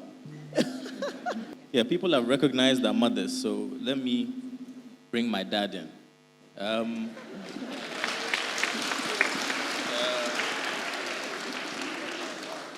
One of the first sit-downs I had with my dad, he asked me, okay, so what do you want to do with your life, career-wise? Okay. And then I'm like, I like making videos, I like creating content, I like marketing stuff. I was like, okay, that's nice, but how do you make money out of it? And I was like, but I have the passion for it. And he's like, yes, passion is good, it's important, but we survive off something else, which is money. So we need to pay attention to the fact that you need to make money even though you have a passion for something, because you might have the passion, you might follow your dreams and go in a certain direction, but you get to a point that you get stuck. You don't know how to relate to people. You start hiding from your friends because you don't feel comfortable. So one of the first sit-downs he asked me, so what do you want to do? I said, communication and stuff like that. I was like, okay. So you don't want to do medicine and stuff? I said, no. I'm into communication. So after that, he was like, okay, if this is what you want to do, I will get you wherever you need to get to. But you have to promise me that you will be committed to it. I said, this is my passion. So he wants to be sure that I will be committed to it and I would follow it through. So he made sure that wherever I needed to go, whichever school I wanted to go to, he would do his best to raise the funds so that I would go. So education is important, yes, but you also have to pay attention to what success is to you. Because society will give us an idea. We all live in a society. So society will tell us that you need 2 cars, you need a house, you need a wife, you need kids and all that. But then you have to define success for yourself. Is it in becoming a professor, studying aeronautics? Is it YouTube? You need to sit down and figure out what you want to do with your life, and then you strive to achieve it. So education will help you a long way because it will open certain doors for you. Because like you said, the masters, anybody sees the masters, they're like, okay, come and let's discuss something. The door will open, but after that, you need to prove yourself. So education is good, yes, but then after education, what next? So you need to figure that out and then pursue it, yeah. Great points. Cynthia, what do you think? Yes, like he rightly said, education is good because I remember after secondary school, I wanted to study law at the university, but I didn't make the cut-off point to study law, so I was given political studies. I was so disappointed. I didn't even want to go to school. But my mom was like, get the degree first, then you decide what you want to do. So moving on, after school, I realized that my career path has changed completely. I did marketing. Now I do a little bit of real estate myself, yes. So it's not necessarily what you study in school, but the education is to shape you so that you venture into other aspects of career as well. Thank you. I agree with you, 100%. 100%. Do any of you want to add to this before we move on to the next question? Any brief statements, or we can move on? We can move on. Okay, I'm not even going to ask the two of you what you think about. You want to go? Okay, Atani. To the youth here, Ghanaian kids growing up. I used to be like that. Although my parents were supportive, I used to be shy. Like he said, we are afraid to take the step forward to get what we want. We expect it to come to us. That's not how life works. I'm telling you now. Maybe they won't tell you in school, but that's not how life works. If you want something, go for it. Go for it. Give it your 100%. When life sees that what you are doing is benefiting life, life will support you to support life. Great. If you want something, go for it. Go for it. As for this thing, go for it, oh, go for it. I'm telling you. And a lot of the time, there are times when you think, oh, this is not for me, or it's not possible. When the Bible tells you, ask and you shall be given, seek and you shall find, knock and the door shall be, it is very true. The worst that will happen is you're being told no now. But even so, somebody remembers your face and your name for the future. So go for it. Go for it. Okay, so I'll come to Lillian. In society, in families, all the different kinds of families you can think of in our communities around us, you've got parents, you've got teachers, you've got government leaders, you've got religious leaders. All these people are there to, in the different facets of our life, shape things for us, give us guidance, okay? What do these people, in your opinion, have to do to make sure that the generation in the now, the young generation as we're defining it now, can rise and will rise? So I think all the people you just mentioned, the government, the teachers, the religious leaders, and everybody involved should provide opportunities for the youth to learn.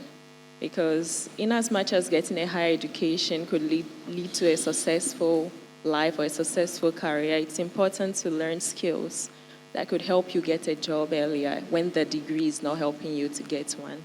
I believe when they provide opportunities for the youth to learn, they'll be able to be matured in all aspects of their life. They'll be able to do things for themselves, start a new business, just like she did. So helping them to learn and making themselves available would be something they could do. Okay, making themselves available, providing opportunities. Udimai, what do you think? I don't think I have a lot to say, but I feel like our parents needs to let us know the right values to follow it in life, because that values will make us who we are today. Because I believe that whatever we're chasing, he said, go for it. Whatever you're chasing, if you don't have the right values that is instilled within you by your parent, you go astray. I believe they should continue instilling values in us. Thank you. Okay, great. Kweku, what technical skills do you suggest we focus on when we're educating our young people? And I'm saying this because, once again, you work in a space that's very instrumental in bridging that gap between the world of work and what we're learning in school. So what do you think educational institutions, educators should be focusing on in the classroom so that when you come out, bridging the gap is a little easier? I would say from where we are as a country right now, the main thing is entrepreneurship. People need to know how to start a business, how to sustain a business, and then people also need to learn how to save money and then how to reinvest it into the business. The government cannot create all the jobs. The private sector... Please say that again. The government cannot create all the jobs. The private sector will do its best, but then, like I said about university finishing, you have to think about what's next. Don't put it in your mind that once you finish university, you find a job. The competition out there is crazy. A lot of people are finishing school and are sitting at home. I watched a short clip from Joy News. There was a young lady, she finished Legon, first-class student. She couldn't get a job, so she's doing hairdressing. And everybody's like, why are you doing hairdressing? You're a first-class student from Legon. But then the reality on the ground is the jobs really are not there. So invest in yourself, figure out what you love doing, passion has come in, get some education, learn how to do it better than other people, and then from there, figure out how you can start something by yourself. As you're in school, don't spend all your money on biscuits and drinks and stuff like that. You can put some money down, save it, so that you know that, okay, when I'm done with school, I want to start this, I want to start that. So it's entrepreneurship. We really need a lot of young people to start things, to sustain it, and that's how we will move forward as a country. Brilliant. Now, I want to encourage all of you here, and of course those of you who are joining us virtually, to send all your questions to www.strengthenfamily.org. There are a group of people who can, give you, and not just on this conversation that we're having now, but information and answers to some of the pressing questions that you have. So strengthenfamily.org, very important. Let's wrap this up because we're way above time. When, great things are happening, time flies. But my final question, and any of you can take it, how can we, in general, assist the rising generation to avoid and overcome addictive behaviors? Now, we can be talking about drugs, we can be talking about sexual addictions, we can be talking about social media as an addiction. But in your opinions, very briefly, how can we help the young generation to overcome some of these addictions? All right, so in Africa, we believe that, some people believe when we ask for help, then we are weak. But I would say it takes a lot of courage to come out and say, I actually need help. I'm going through some things. It's important to just come out and talk to people, let them know how we feel when we are depressed, when we have some addiction, or when we don't really feel ourselves, because a lot of young people have mental health issues that they don't talk about because they feel inadequate. So it's important that we know we have family services available to help. We have elderly people. We have people who are actually ready to help us in everything we do. Okay, great. Thank you. Ladies and gentlemen, it's been a fascinating panel discussion. I think you can agree. A round of applause for our panelists. And thank you very much, Apioko, for moderating that very masterfully. I think she deserves a big, warm round of applause. And for every single one of those panelists, I'll be hunting them down to interview them on my breakfast show, because I'm just fascinated by the things that they've achieved. And I think people need to know exactly what they're doing. So watch out. I'm coming for all of you to interview you on my show. All righty. Okay, so now we have a 10-minute presentation from a speaker who you would love to listen to.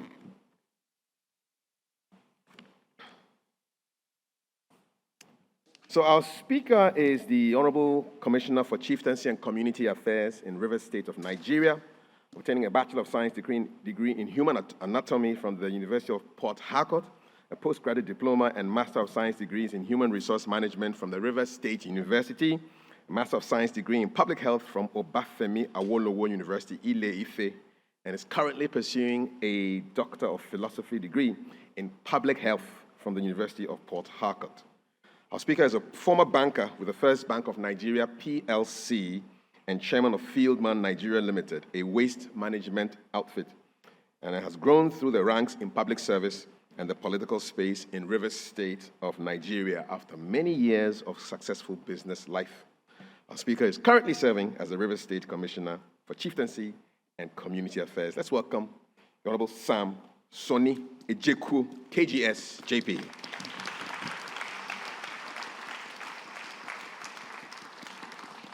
And after him, we'll have some beautiful music and then another panel which will keep you riveted. So, Honorable Ejeku, the audience is ready for you. Thank you.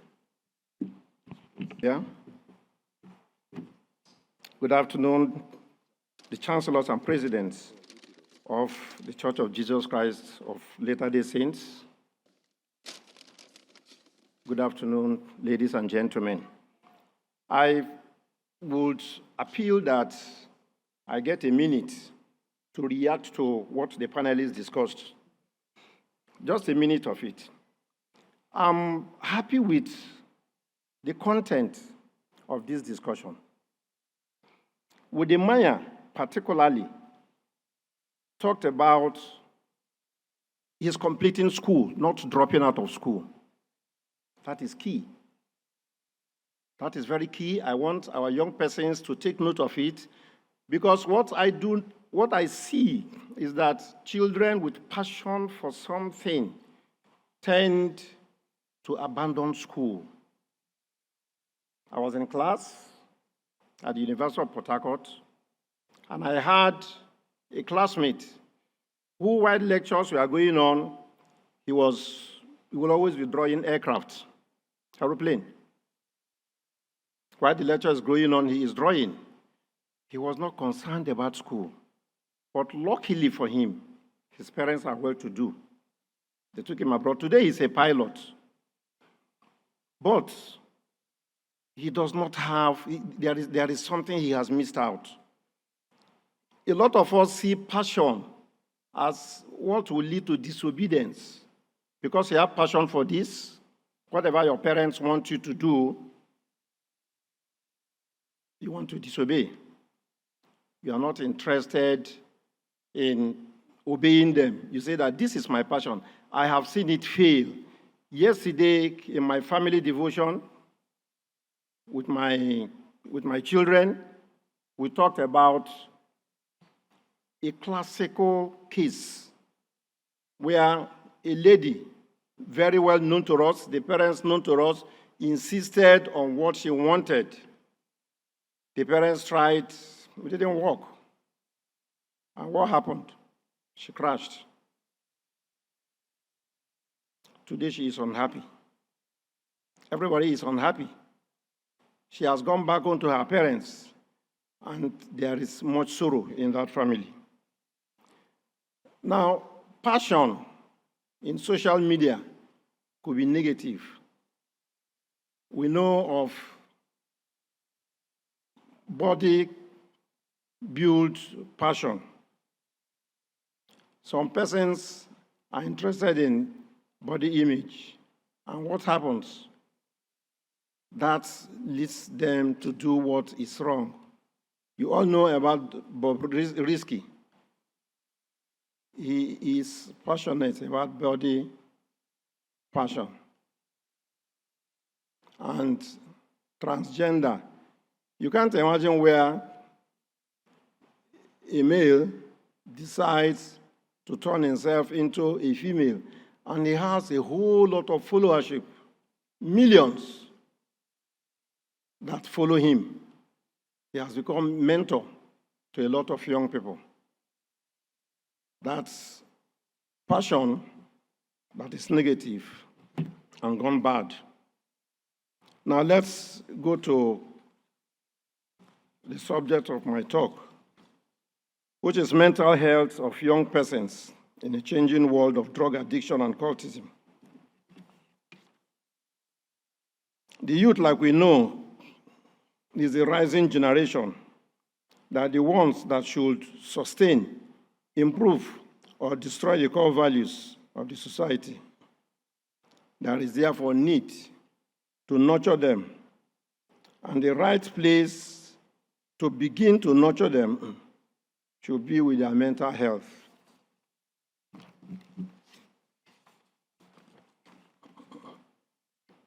Now let's take some statistics. Over 1.8 billion young persons of age 10 to 12 contribute nothing but create disorder in the society. 9 out of the 10 of these young persons, according to World Health Organizations, live in less developed countries, including China, India, and Nigeria. Now, in discussing mental health of young persons in a changing world complicated by drug addiction and cultism, we will define mental health as a state of well-being in which an individual realizes his or her own abilities, can cope with the normal stresses of life, can work productively, and fruitfully and can contribute his or her own quota to the proper development of the society. According to the World Health Organization, mental health includes subjective well-being, perceived health, efficacy, autonomy, competence, intergenerational dependence, and self-actualization of one's intellectual and emotional potential. Mental health is an important and essential component of health. It is a state of complete physical, mental, and social well-being, not merely the health or the absence of disease or infirmity. Now let's look at youths around the world have faced, over the last couple of years, several impacting changes. With the invention of faster modes of transport, ease of migration across countries, and the revolutionary developments in information technology, like our discussants said. These changes have resulted in major challenges to the mental health professionals and youths. A real-life in-person interaction is being increasingly replaced by an artificial sense of intimacy through the social networking. A lot of our youths go into too much of social networking and so much of internet activities. The current day youth spends a substantial time of the day on the internet and is expected and is exposed to information implosion, including cybercrimes, cyberbullying, and violent video games, which is very, very common amongst our youths. That's why the church and parents will need to step in, because the trend is getting so alarming that I get worried on a daily basis. The internet is also a source of misinformation, source of which is often not verified and has a potential of harming the young mind. Cyberbullying is emerging as a major mode of bullying, which has become increasingly common in the last few years with the increased access to and use of internet-based services. You see, when we talk about cyberbullying amongst the young persons, it appears like something that is far-fetched. It's around us.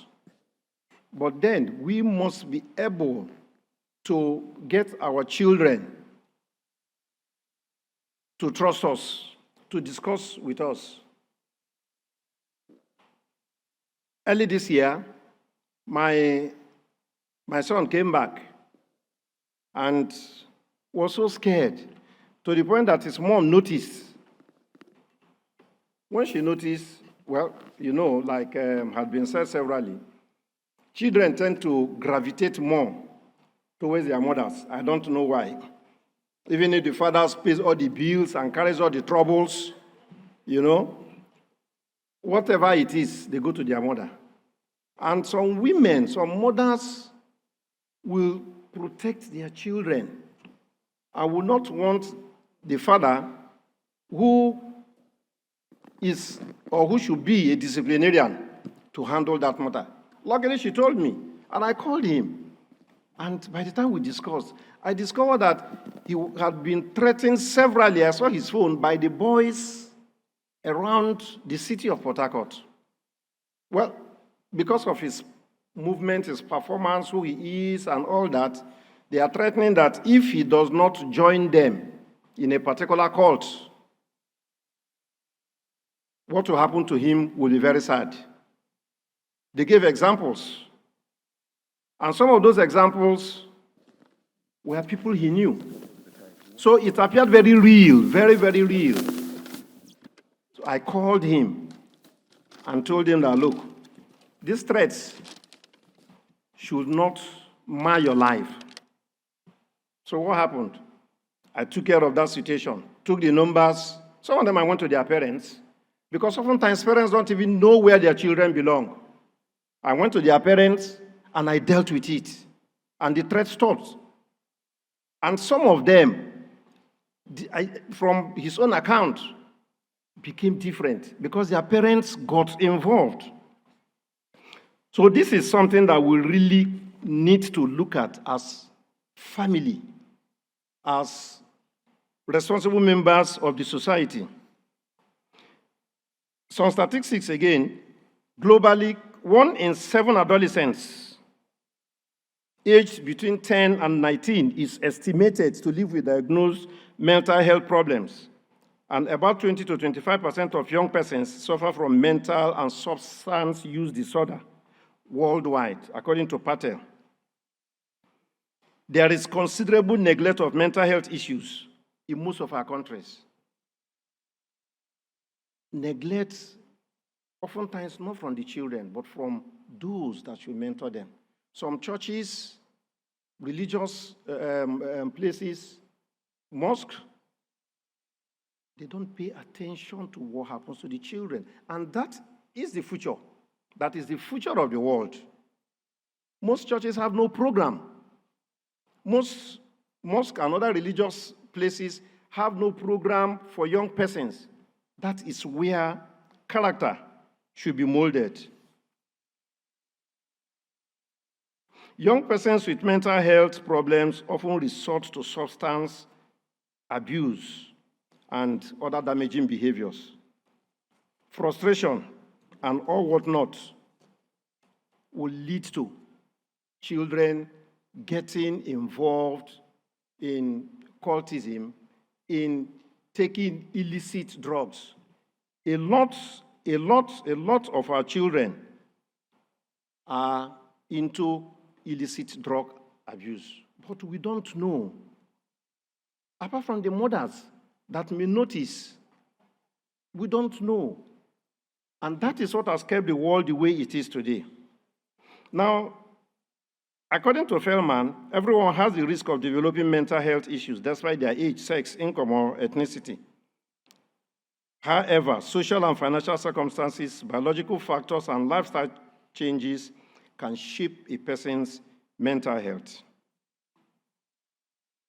Some of the commonly identified factors contributing to poor mental health include childhood abuse, trauma or neglect, poor parenting, we've talked about this, severe or long-term stress, domestic violence, even between the man and his wife at home,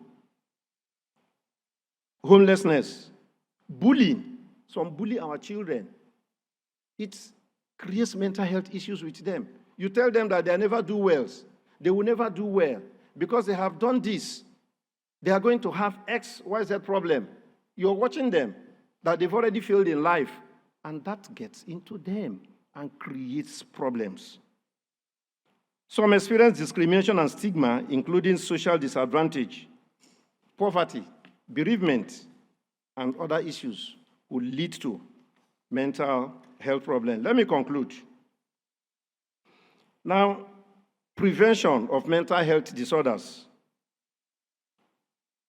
To improve mental health, focusing on stopping whatever factors that will lead to these mental health issues is a key thing. That is a primary thing that should be done. Stop it. Don't let it happen. Because by the time it happens, the cost of bringing them back, the cost of managing them, the cost of returning them to complete sanity is usually very high. Secondary prevention is supporting those that are at risk of experiencing mental health problems, either because of the characteristics they were born with or an experience they had. Now, tertiary and the last prevention, the last type of prevention that I'll talk about is helping people living with mental health problems. Some of them abandon them. We heard what the Vice President said. Some have issues with health. Some have issues with their thought processes, their behavior. And oftentimes the family sees them as being possessed of one spirit or the other, and they abandon them. And then they turn out to become monsters in the society.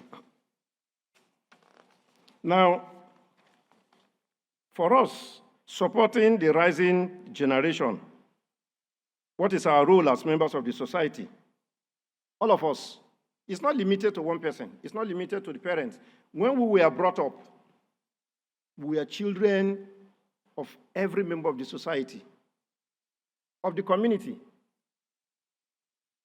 A mom, an elderly person seeing you doing a wrong thing will correct you, will spank you, and your parents will come back and thank you and thank him for doing so. But today it is different. Most parents will come in defense of their children. Why didn't you report them to me? Let me be the one to discipline them. That is something we have to stop. What is our role as parents? As parents, what role do we play? When children start deviating and misbehaving, we should know if we are sensitive enough. What is the role of the church? Thank God for what the Church of Jesus Christ of Latter-day Saints is doing. I wish that this could be replicated in other cities, in other African countries. Because I believe that every young person that is here today will not live here the same. They will get home with something. What is the role of government? Now, stakeholders are challenged to rise to their God-given duties in love and diligence towards raising our youth for a better world. Thank you.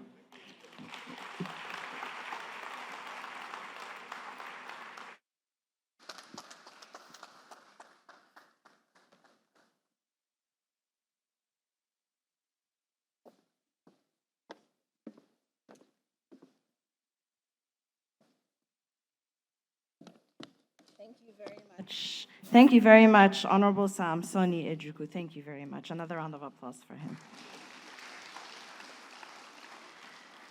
We'll now take a performance from the Latter-day Saints musical group, and after that, we'll look at our second video presentation for the day.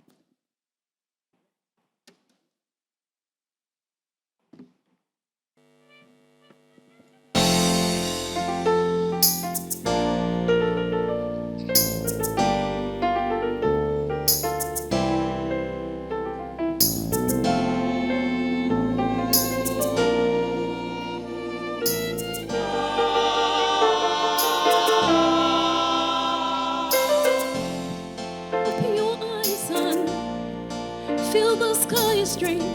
Can you feel the love without end?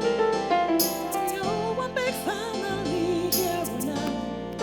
Tell us shut up black or white. We need each other to live. I am the daughter of God.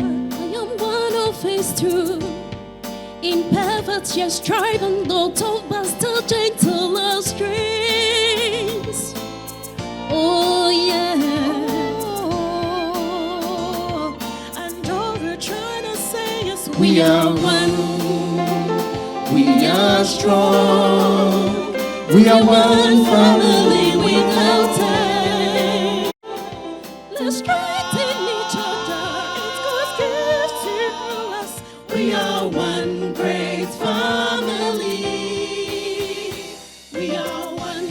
Oh, we are one. Oh, yeah. So, lean on me. Yeah, I know you wanna. Hold us eyes, need to feel like a sauna. Hold them close. Can you do the honor? What you see right here, bro, that be real power. You and you are real family.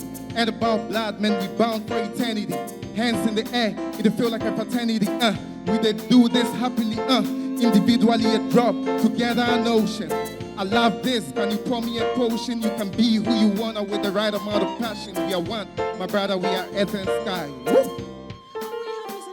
We are one. We are strong. We are one family without end. Let's strengthen each other. It's God's gift to us. We are one great family.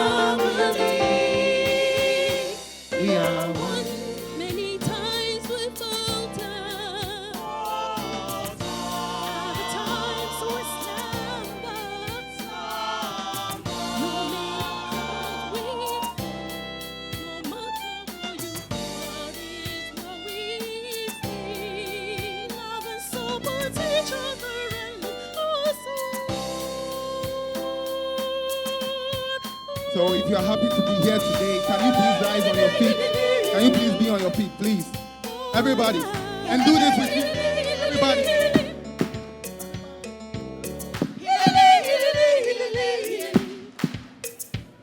Uh-huh. Uh-huh. Yeah, let me feel you, everybody. Let's go. Everybody. Uh-huh. Uh-huh. Uh-huh. Yeah. I can't hear you. Yeah, let me hear you. Those are the back. Yeah. I want to hear everybody. Let's go. Uh-huh. Uh-huh. Yeah.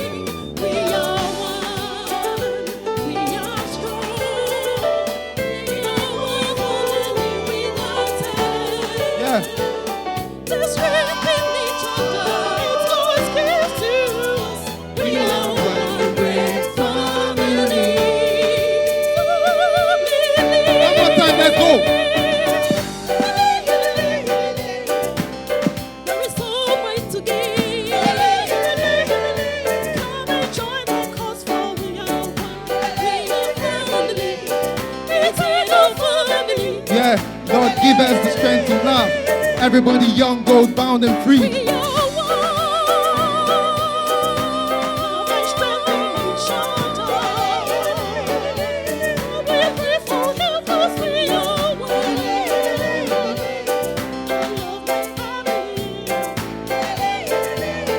Accountability is required. Peace.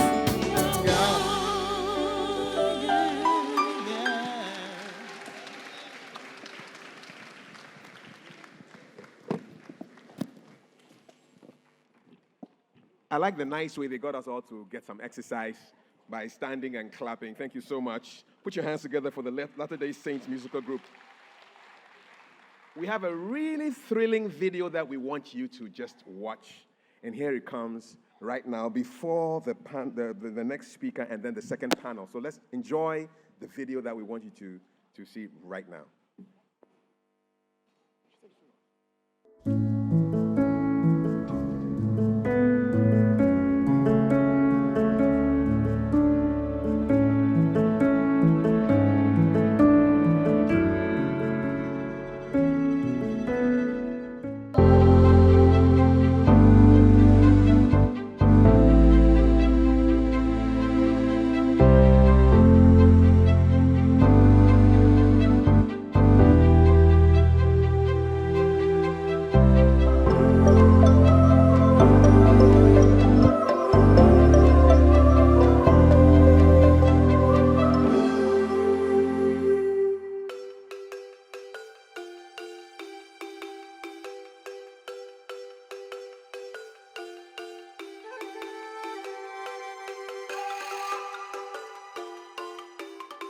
The Y is a gathering place.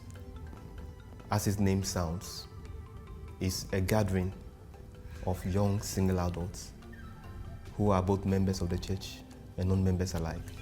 Gather to participate in activities that uplift them, that inspire them, activities that are both spiritual and temporal. My name is Deborah Dankwa. I'm a member of Wake Making. I'm actually not a member of this church. I was, someone introduced this program to me and I took an opportunity of it to join, and seriously, I had made a lot of money from this. Our madam has taught us a lot of things. Now I can do a closure hair as I'm doing. I can now do a ponytail for myself and even to sell. I can do invisible hair.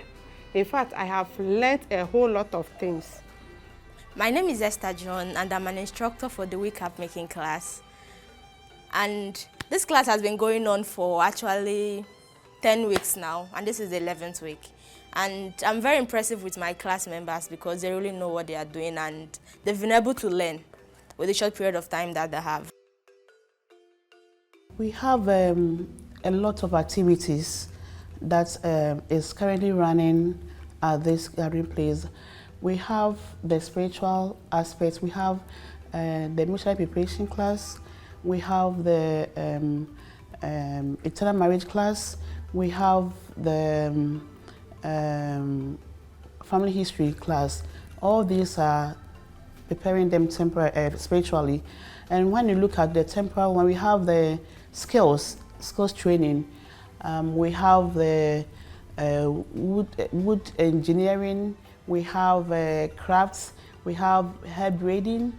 We have cap making. We have dress making. We have soap making. We have detergents.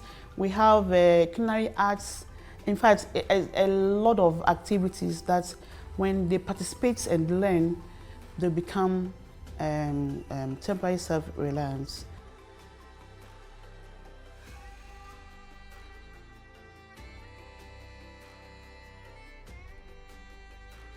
I'm able to learn how to fix, how to produce key soap and how to fix powder. It's helping me to be self-reliant in the sense that I can produce and sell because I'm looking into the market. When you look at soap, every one of us here can use soap. So if I produce this one and send it to the market, obviously I'll make money. And based on that, I believe I'm able to be self-reliant. Sally Obey is my name, a member of the beauty therapy class held at the Castle State Center. So far, we started in January and I've learned a lot. I've come to learn about how I'll be able to tweeze eyebrows, tint eyebrows, and then I'm able to wax eyebrows as and now we are speaking. I also now have the skills of being able to do manicure, pedicure, and also I'm able to face lashes as the result of attending this class. Currently, I've benefited a lot, and as of now, as we speak, I could easily get a call to offer a home service for people like my friends. I'm able to also serve others as a result of the skill I have gained from gathering places. I am also able to gather up some money to be able to pay for my tithe, help my kids' siblings, and also I'm able to provide for myself independently without asking for help. My name is Charles Noble Queno. I'm the regional head of Informal Apprenticeship Department of the National Vocational Training Institute, for that matter, NVTI. So when I look at the kind of training the young ones, the youth are, benefiting here. As a matter of fact, personally, I am a pure vocationalist. Wherever I stand, I'll keep on advocating. I'm a pure vocationalist. So when I see what they are doing here, marvelous. Within that space of time, if you consider the kind of training they are acquiring, gathering place, I pray God for long life. You are doing what actually the Bible is directing us to do. Taking it upon yourself, doing so, it's a big plus to gathering place. I wish you extend it across the country. My name is Chantel and I'm part of the driving class. I'm not a member of the church, but I'm grateful for the opportunity given to me to be able to learn how to drive. I actually wanted to learn how to drive, but I didn't know how to go about it. But this church has given me an opportunity to be part and learn how to drive. From the beginning, it wasn't that simple, but as time went on, things became easier with the help of my instructor and everything. Everything went on well. And now I can say, at least I know how to move a car. This is it. It has come for the rising generation. It has come to save the rising generation. And it has come to help them better their lives.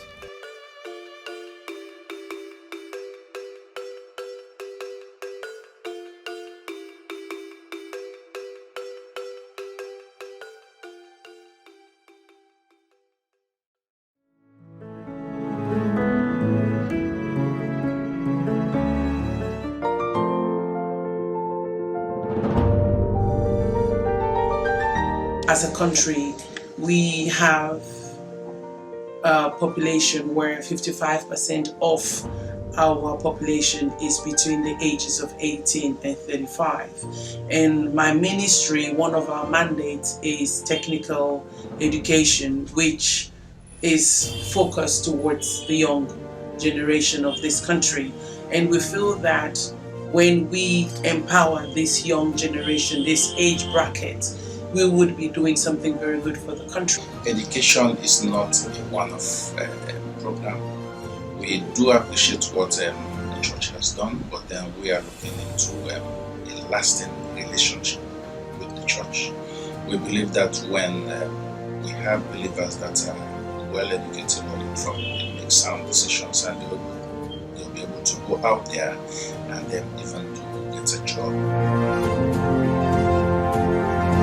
We know that when this age bracket is not empowered, then we have a situation where we'll be thinking of having a ticking time bomb, because then they will not have anything to do, their hands are empty, and then, well, an empty hand is the devil's playground. So we already can remember the war, and we know how the young were the ones that took arms.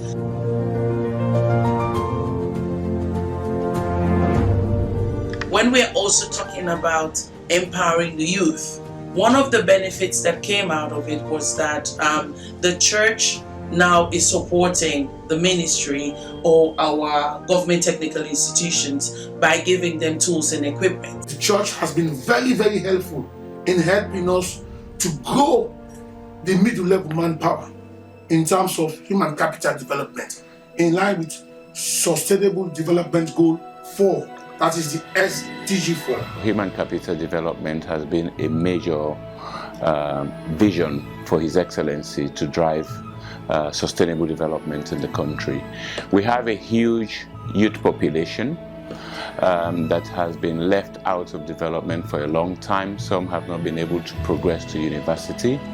So with the Latter-day Saints coming on board, I think it's been a great complement to technical and vocational education, trying to build the middle-level manpower base.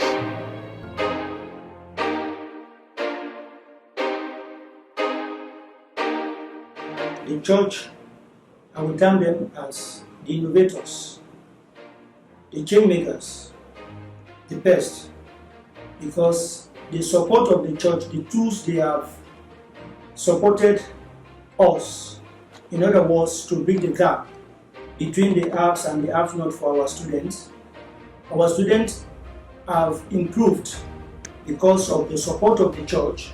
They have enabled our students to get on practical, hands-on training. We used to teach the pupils and the students without much application of practicals, but with the arrival of those tools, now we are able to carry out a lot of practicals. From last of the suffer for them to then search them for as we use manpower. For this year, we database they don't count this instrument for we for that people, because now we only use manpower in game. So they use the instrument them for work.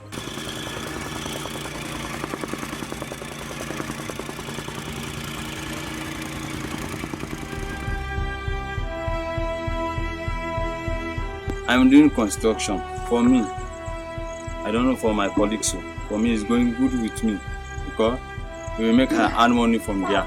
We make her get money from there. I help my family them. I get finance. I not be sabi lay block. I not be sabi do instrument. I not be sabi travel. I not be sabi do nothing. I sabi do attend GTI doma. I dey give all them. Now I don't sabi lay block. I can't learn carpentry now. And then we also say, if I don't be Canada, I'm not for you to learn that carpentry at all. Young men and women, they are the leaders tomorrow. If they are equipped today, then their tomorrow will be better. So the Church of Latter-day Saints grabbed this opportunity. They came to GTI Moyamba and they supply, they donate computers, AC, and some equipment for different departments. Since the previous years or last year, I don't know what is computer. I only heard about it.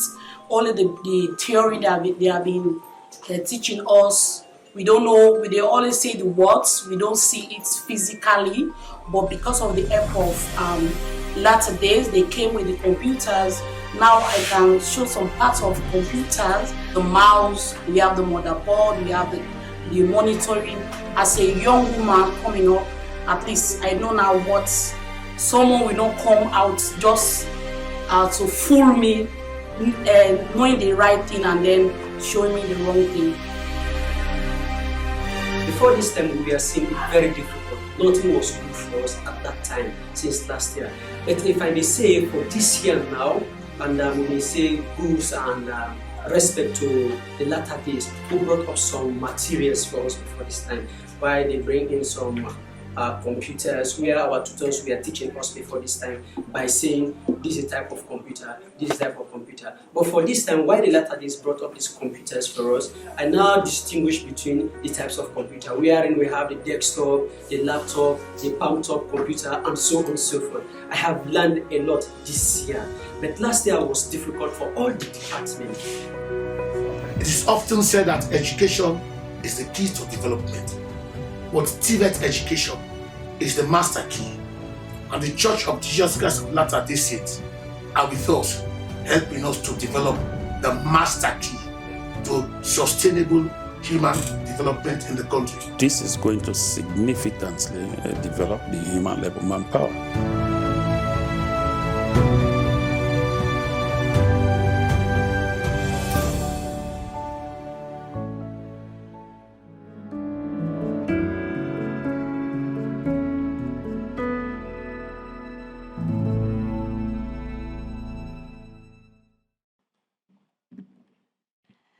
Lots of very impactful work going on. People are working. Okay, so now it's time to listen to another guest speaker, Madame Mariama Sinabusane. I'll tell you a little bit about who she is. Madame Mariama Sinabusane was born on October 26, 1974 in Dakar, and she's a social worker and the head of social services at the Limamou Laye High School in the Dakar region. Since 2018, she's been working at the Ministry of Women, Family, Gender and Protection of Vulnerable Groups in the Directorate of Family and Protection of Vulnerable Groups in Senegal as a responsible party for monitoring vulnerable groups. Madame, the stage is yours.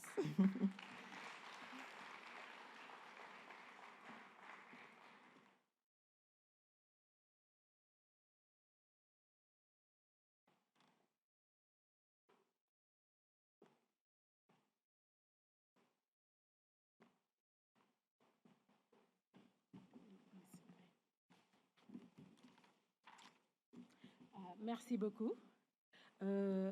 Monsieur Eldelari Ketche, premier conseiller de la présidence d'Afrique de l'interrégion de l'Afrique de l'Ouest. Son Excellence, Dr Issatou Touré, ancienne vice-présidente de la Gambie. Distingués hôtes et invités du Nigeria, de la Sierra Leone, du Togo, du Ghana et du Libéria. Mesdames, Messieurs, honorables invités, à vos rangs, titres et qualités, chers jeunes.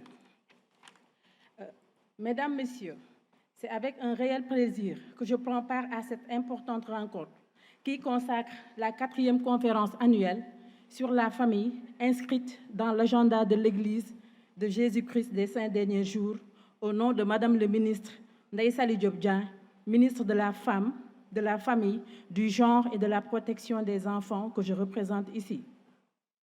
Je me réjouis également que le Sénégal, à travers notre ministère, qui a en charge le développement des politiques familiales, soit invité à cette importante rencontre au regard de la qualité des participants.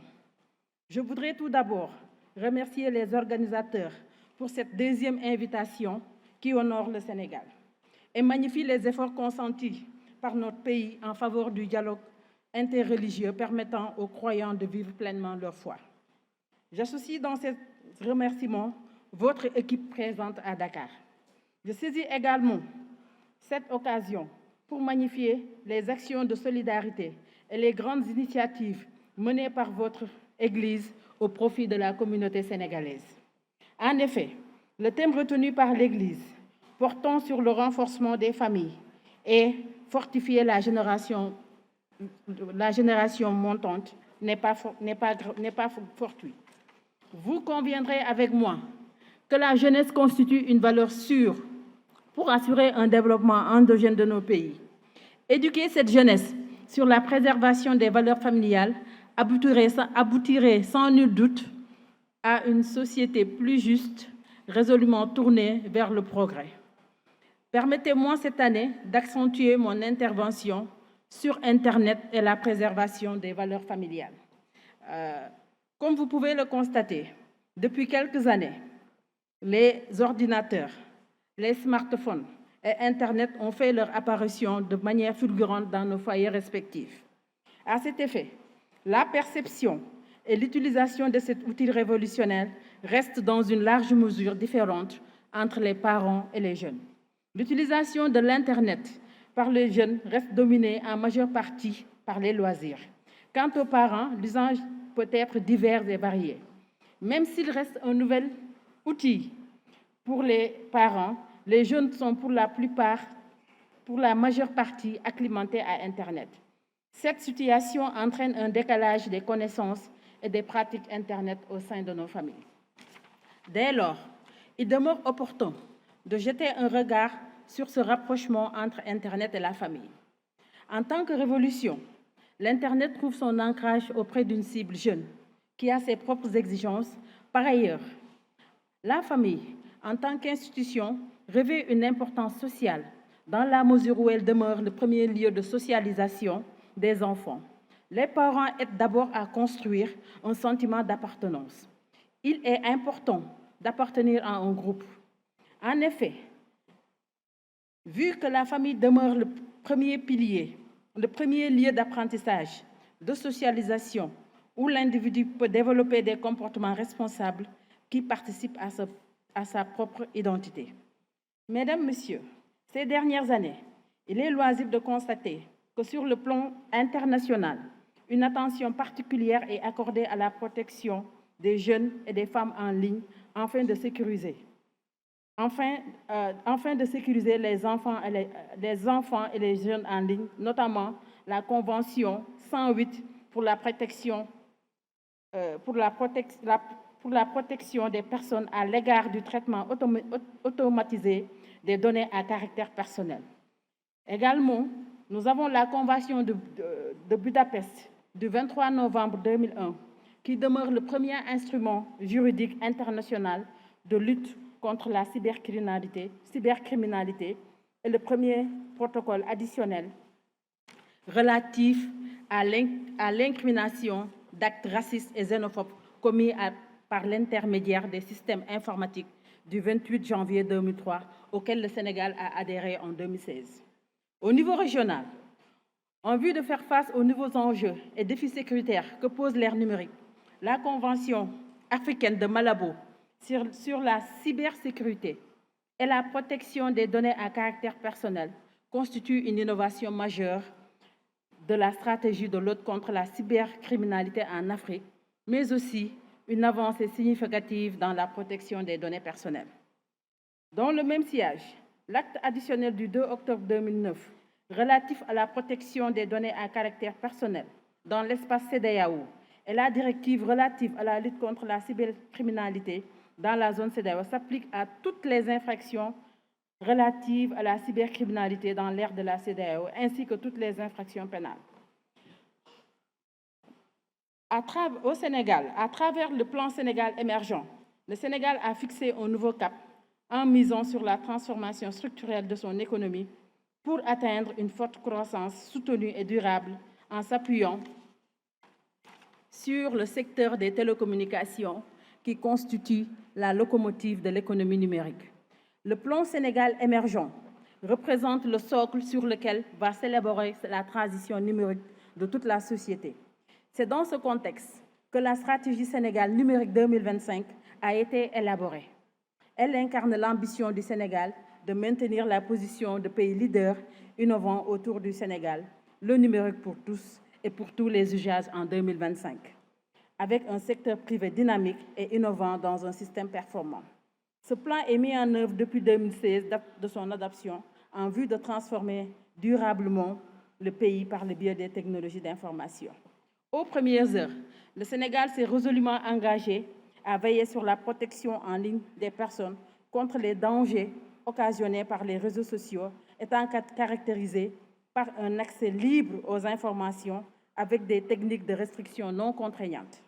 En effet, force est de constater que nous assistons dans les réseaux sociaux et les médias des atteintes à la vie privée des personnes, ce qui est contre notre sens de la famille et de la dignité de la personne humaine, comme l'a souligné son Excellence le Président Macky Sall. En effet, tenant compte de l'importance des données personnelles, le Sénégal s'est doté depuis 2008 d'une loi sur les données à caractère personnel, dont l'objectif final est de mettre en place un dispositif permettant de lutter contre les atteintes à la vie privée susceptibles d'être engendrées par la collecte, le traitement, la transmission, le stockage et l'usage des données à caractère personnel. À ce titre, des mesures de lutte contre les contenus préjudiciables aux enfants doivent être mises en œuvre à travers le filtrage, l'existence de moyens techniques permettant de réduire l'accès à certains services ou au moins de sélectionner, mais aussi les dispositifs de contrôle parental, permettant aux parents de définir les horaires et le temps de connexion à leur progéniture, ou de bloquer l'accès surtout aux mineurs à des contenus illicites et de sécuriser les enfants en ligne. En effet, le droit et le devoir pour celui qui exerce la puissance paternelle est de surveiller les actes et les relations de l'enfant mineur.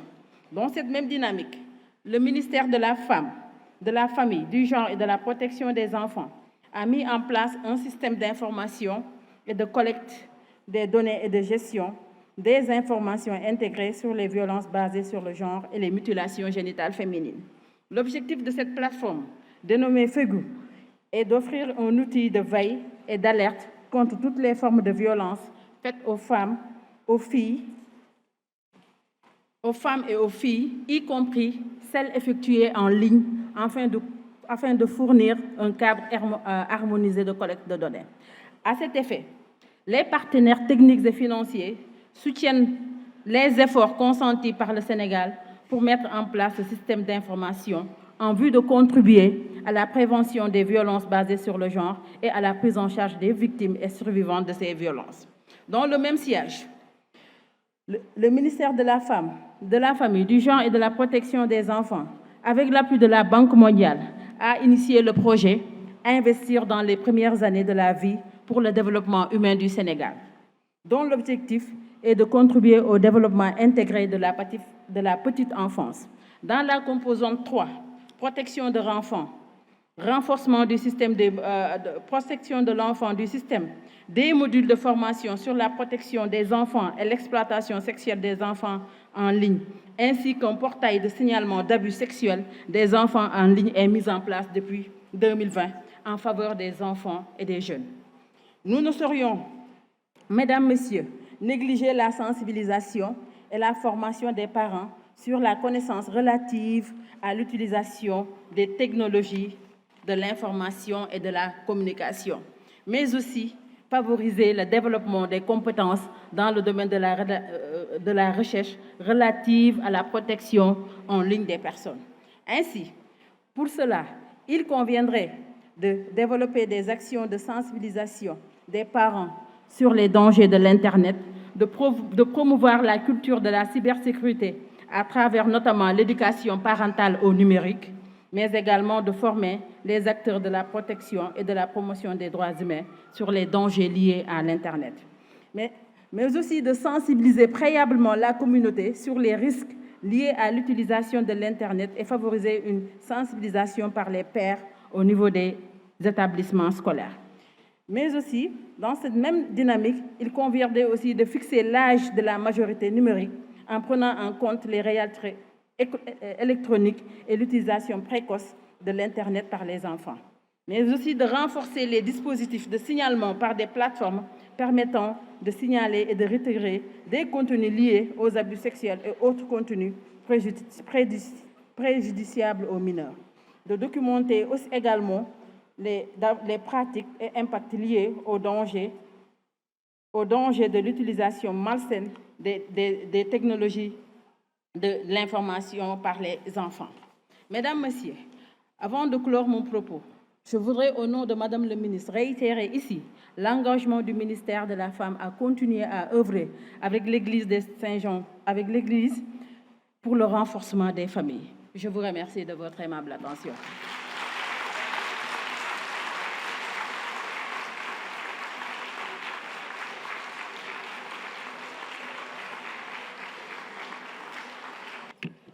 Merci beaucoup pour votre présentation. Thank you very much for your speech.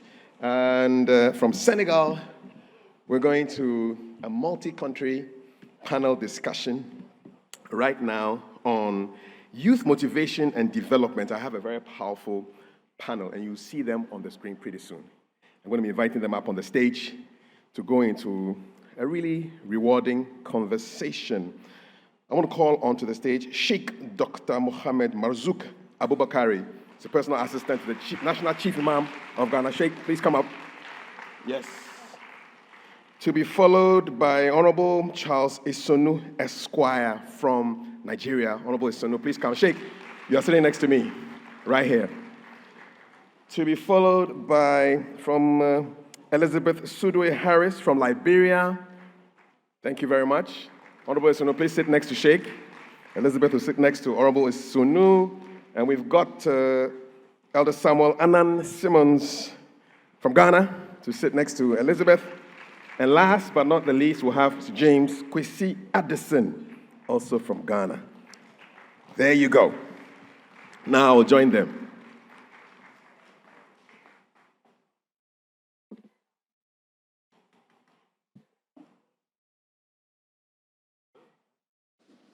Hello? Hi, yes, I can hear myself. Good. So, we're having a conversation on youth motivation and development. And I'm going to start with everybody telling me in 1 minute what they have been doing with respect to motivation and developing the youth, knowing that there are lots of youth here listening to you. So I'm going to start from the very end. And I will have Mr. James Kwesi Addison kick us off. You are certified EQ coach and CEO of Addison International. What is an EQ coach? And then tell us how you are working in motivation and development for the youth in a minute. Thank you. Yes, it's on. EQ coach. Now, EQ coach simply means a coach that is certified to support people in dealing with their emotions and issues that comes with it. By the grace of God, I'm the Ghana's first internationally qualified emotional intelligence coach, and my training was facilitated in Canada by ClearPoint Leadership Strategy, now known as the EQ Development Group. I've done a couple of things. Briefly, I've been able to organize Emotional Intelligence Conference in Ghana since 2018. Mm-hmm. And last year in Central Region, for the first time, we took it outside the Central Region, and we had over 800 participants taking part in emotional intelligence. Okay, thank you very much. And EQ is emotional quotient. Yes. Yes, a bit like IQ, but IQ. A bigger brother. Yeah. All right, okay. Elder Samuel, you are with the Ghana Area 70, the Church of Jesus Christ of Latter-day Saints. When you hear of this theme, youth motivation and development, how does it speak to you, and what have you been doing in your line of work with the youth? This is a very important discussion because it has everything to do with where we are going. We know where we have come from, but we're not quite sure where we're going. And so the young people are very important in understanding where we are going.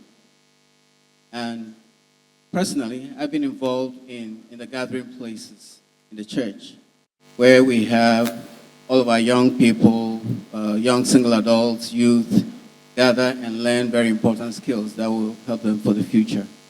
Currently, I'm involved in organizing what we call For the Strength of Youth, where we bring all of our youth in a 3 or 4 day camp and conference, where we teach them basic principles of life and help them learn very important life principles that would allow them to become very successful.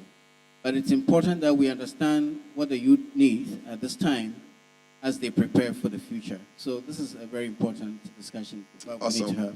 Awesome. Thank you very much. From Ghana, we are going to Liberia. And our sister Elizabeth is an administrator at the Institute of Statistics and Geoinformation Services. What kind of work are you doing with the youth as far as motivating and developing them is concerned? And what's the experience like in Liberia? I'm a social worker. I work in the rural areas in Liberia. I reach at the hard to get area and talk to the youth. What actually I really say to them to motivate them is about self-reliance. Most of them don't even know their value. They don't know themselves. So I talk to them and I encourage them, even if you don't go to school, if you don't have the educational level, but be able to do things with your hands, work practically, do things with your hands, learn other and work to do.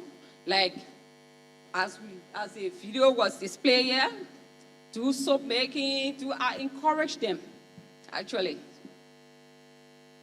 So give us your experience from Nigeria. You are the Honorable Commissioner of Youth Development, Abia, Nigeria. I mean, this is right up your street. What have you been doing? What kind of policies are you setting for the youth to motivate and develop them? Thank you very much. This is a very interesting thing to say at this point in time, because the center of attraction today within Abia State and Nigeria at large, within the space, is politics. And first of all, my personality I project as a role model to a lot of young men, because I grew up from the street and went through the ranks of fires and got trained. Even for, my parents had little or nothing. So, and from day one, I had it in my mind that I would join politics. So I didn't waste time. Immediately I graduated in the year 1998 from University of Calabar. I contested election that particular year as a councillor.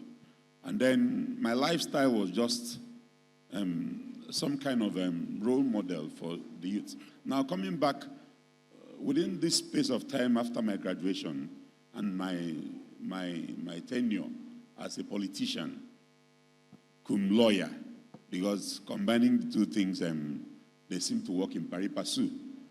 Because when you know your rights, you know the limits and what have you, and what you don't do and what you are not expected to do by the society, a whole lot of things.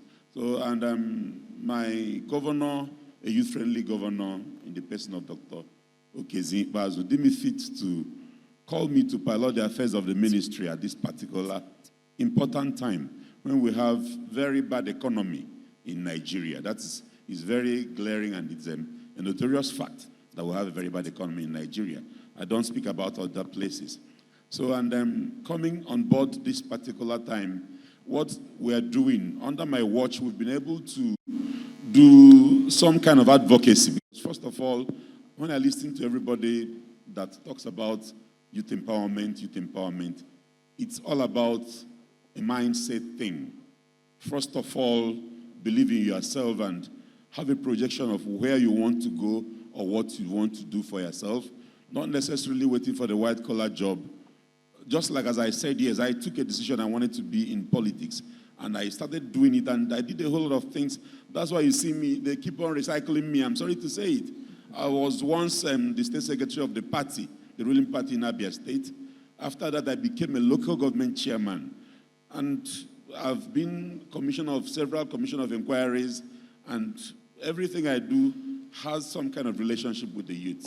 So my lifestyle and then the policies we have at hand today, under my watch, my governor sent so many youths to China to learn the trade of shoe, how to manufacture shoes, and then brought the machinery down to the east there in Abia State. And today we have shoe factory where these people came back, and they're also teaching other people, impacting on other people.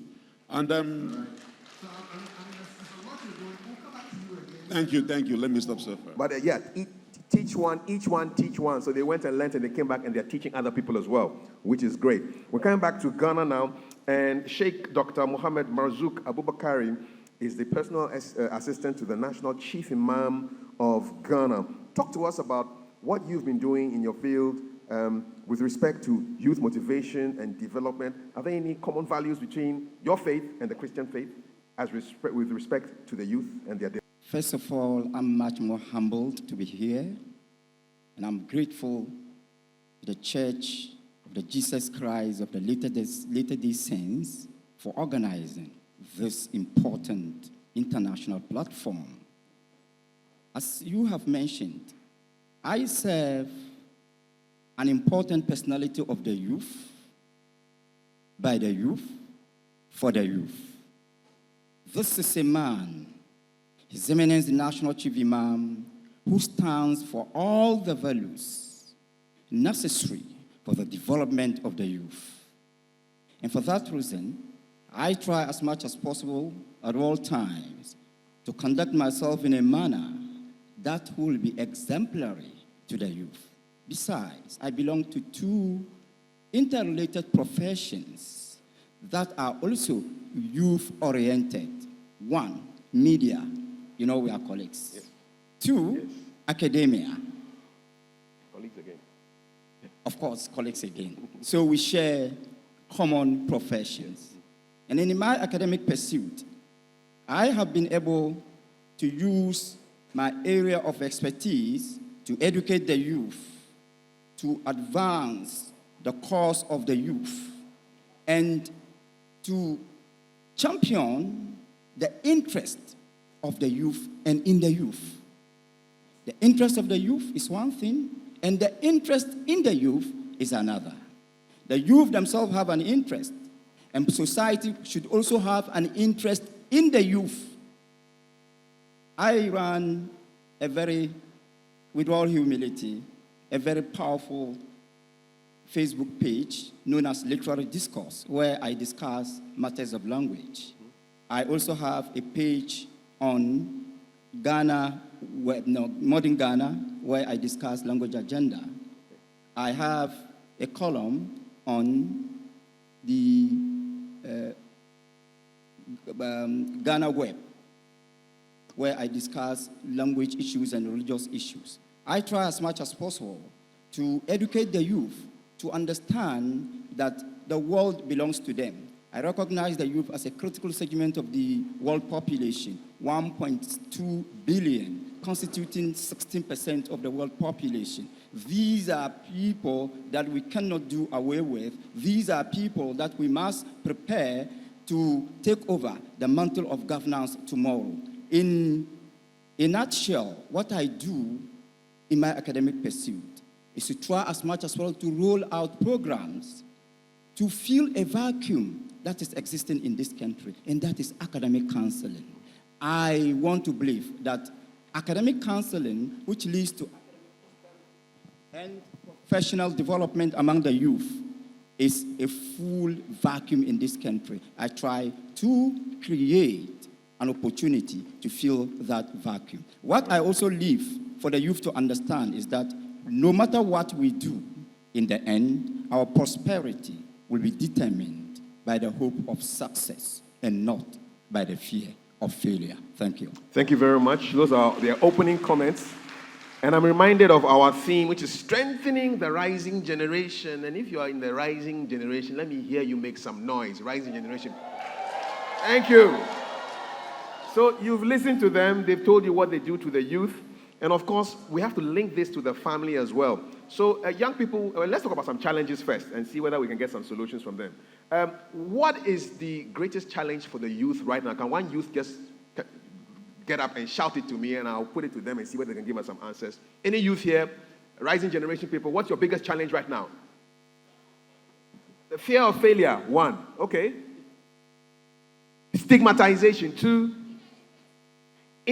Let's deal with these 3. Fear of failure, stigmatization, inadequate support from the family. Okay, since we're at a family conference, so you've heard their problems. I didn't create them. They say fear of failure, stigmatization, and inadequate support from the family. Let's start with Elizabeth. Which of those top problems do you want to tackle first? And what's your solution? Okay. Fear or favor. Good. Fear or failure. Let's go. Okay. It is truth. The youth, when they have fear, that derives from the home. We as parents, sometimes we can be responsible for how our child grew up. When you are in the home, as parents, you talk to the children. You make them bold. Talk to them. I mean, you and them, you have conversation, a very good conversation. Ask them. Let them be able to respond to you. But having them far away from you, where you don't even interact with them, it makes them to be afraid. Okay? So talk to the children. Yes. Talk to the youth. Bring them closer. Bring them closer to you. Yeah. Does that sound like something that will work when you go home? When you go home, tell your parents that you came to a conference and this is what they said you should do. Come close to me, daddy. But you must also go closer to daddy and mommy. All right? It's a two-way thing. Don't be afraid of daddy and mommy. Come talk to them and they will also give you responses. All right, thank you. Now let's deal with stigmatization. Who wants to take stigmatization of any form, whether it's religious or it's I don't know, from where you come from, ethnic stigmatization, or maybe you have a disability. Who wants to deal with how to deal with stigmatization? Maybe Elder wants to try? Yeah. All right, Elder. Stigmatization. I think stigmatization also ties in with the fear of failure. And the basis is a lack of confidence in oneself. If growing up, you've been prevented from making your own choices. Choices are always made for you, and you are expected to grow up in a certain mode, and when you fall short of that expectation, you are considered a failure, even in the home and wherever you might find yourself. It tends to create that impression on your mind, and so when you're amongst people, and sometimes they make comments, sometimes they may not even have directed it at you, but you already are judging yourself based on the challenges you've had in the past. But when a child is taught and raised up in an environment that creates confidence and trust, and is allowed to make all the mistakes and learn from them, then he doesn't need to depend on anybody to feel worthy. He needs to live right to feel worthy. And if he is worthy, he doesn't need anybody to tell them that because you're not a Ghana, or because you are not a Nigerian, or because you're not a Sierra Leonean, you are not, or you're of inferior quality. So the important thing, or the quality that needs to be created in every child, and in fact in every human being, is made to believe in themselves and love themselves for who they are. And when that foundation is laid, it doesn't need to take anybody to tell you whether you are of worth or not. And you can stand anywhere, wherever you might be. It doesn't matter what anybody does. You will be very firm and strong. Awesome. I think I like that. Be confident in yourself. Know who you are. I know one young lady who said her response when anybody, an older man came and said, "Oh, you're beautiful." So, well, I know. My daddy tells me all the time. She's confident. You know, you can't confuse her. Daddy has told her already. She knows. You want to add something to that, or we'll talk about lack of family support? No, I wanted to add something to the fear. Please right? add. What I want to assure the student here is that fear is normal. Right? As humans, we are likely to be afraid of what is ahead of us, which is unknown.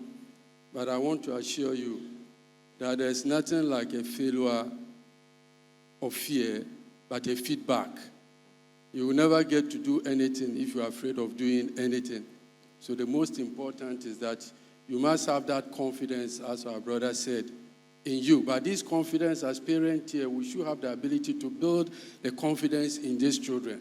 If I can tell you 1 second story. 1 second. What have made me who I am has nothing to do with what I studied. by the words that I hear from my great uncle. Okay. If I even clean the bedroom, he will tell me, Kwesi the Great in the local language. And from day one, it entered my head. And this is what has made me so. So as parents here, we need to take away the fears of these children. That's it. Giving them encouragement. Okay. But it shouldn't be a blinded form of support. As they are afraid of mathematics, provide them with a teacher or extra tuition in mathematics. Don't tell them that, oh, you can make it and go to bed and eat sandwich. That will be a danger for the future of the children. All right, thank you so much. Thank you. We have two more panelists who need to react to any of the things we've talked about. I think the one which is left is lack of family support. And Sheikh, you want to try that? Okay. I want to touch on the fear of failure. Fear of failure. Since I have introduced that term. Yes. I think it is an illustration of what you have done. You and I know that the active learning pedagogy, a kind of teaching methodology which is student-oriented, is the most effective. Yes. And that's exactly what you have done. I like your moderation. You have thrown the question to the students themselves, and they are now part of the debate. So at the end of the day, you realize that fear of failure is a matter between self-confidence and self-timidity. Okay. And of course, we should understand that timidity is not humility, and assertiveness is not arrogance.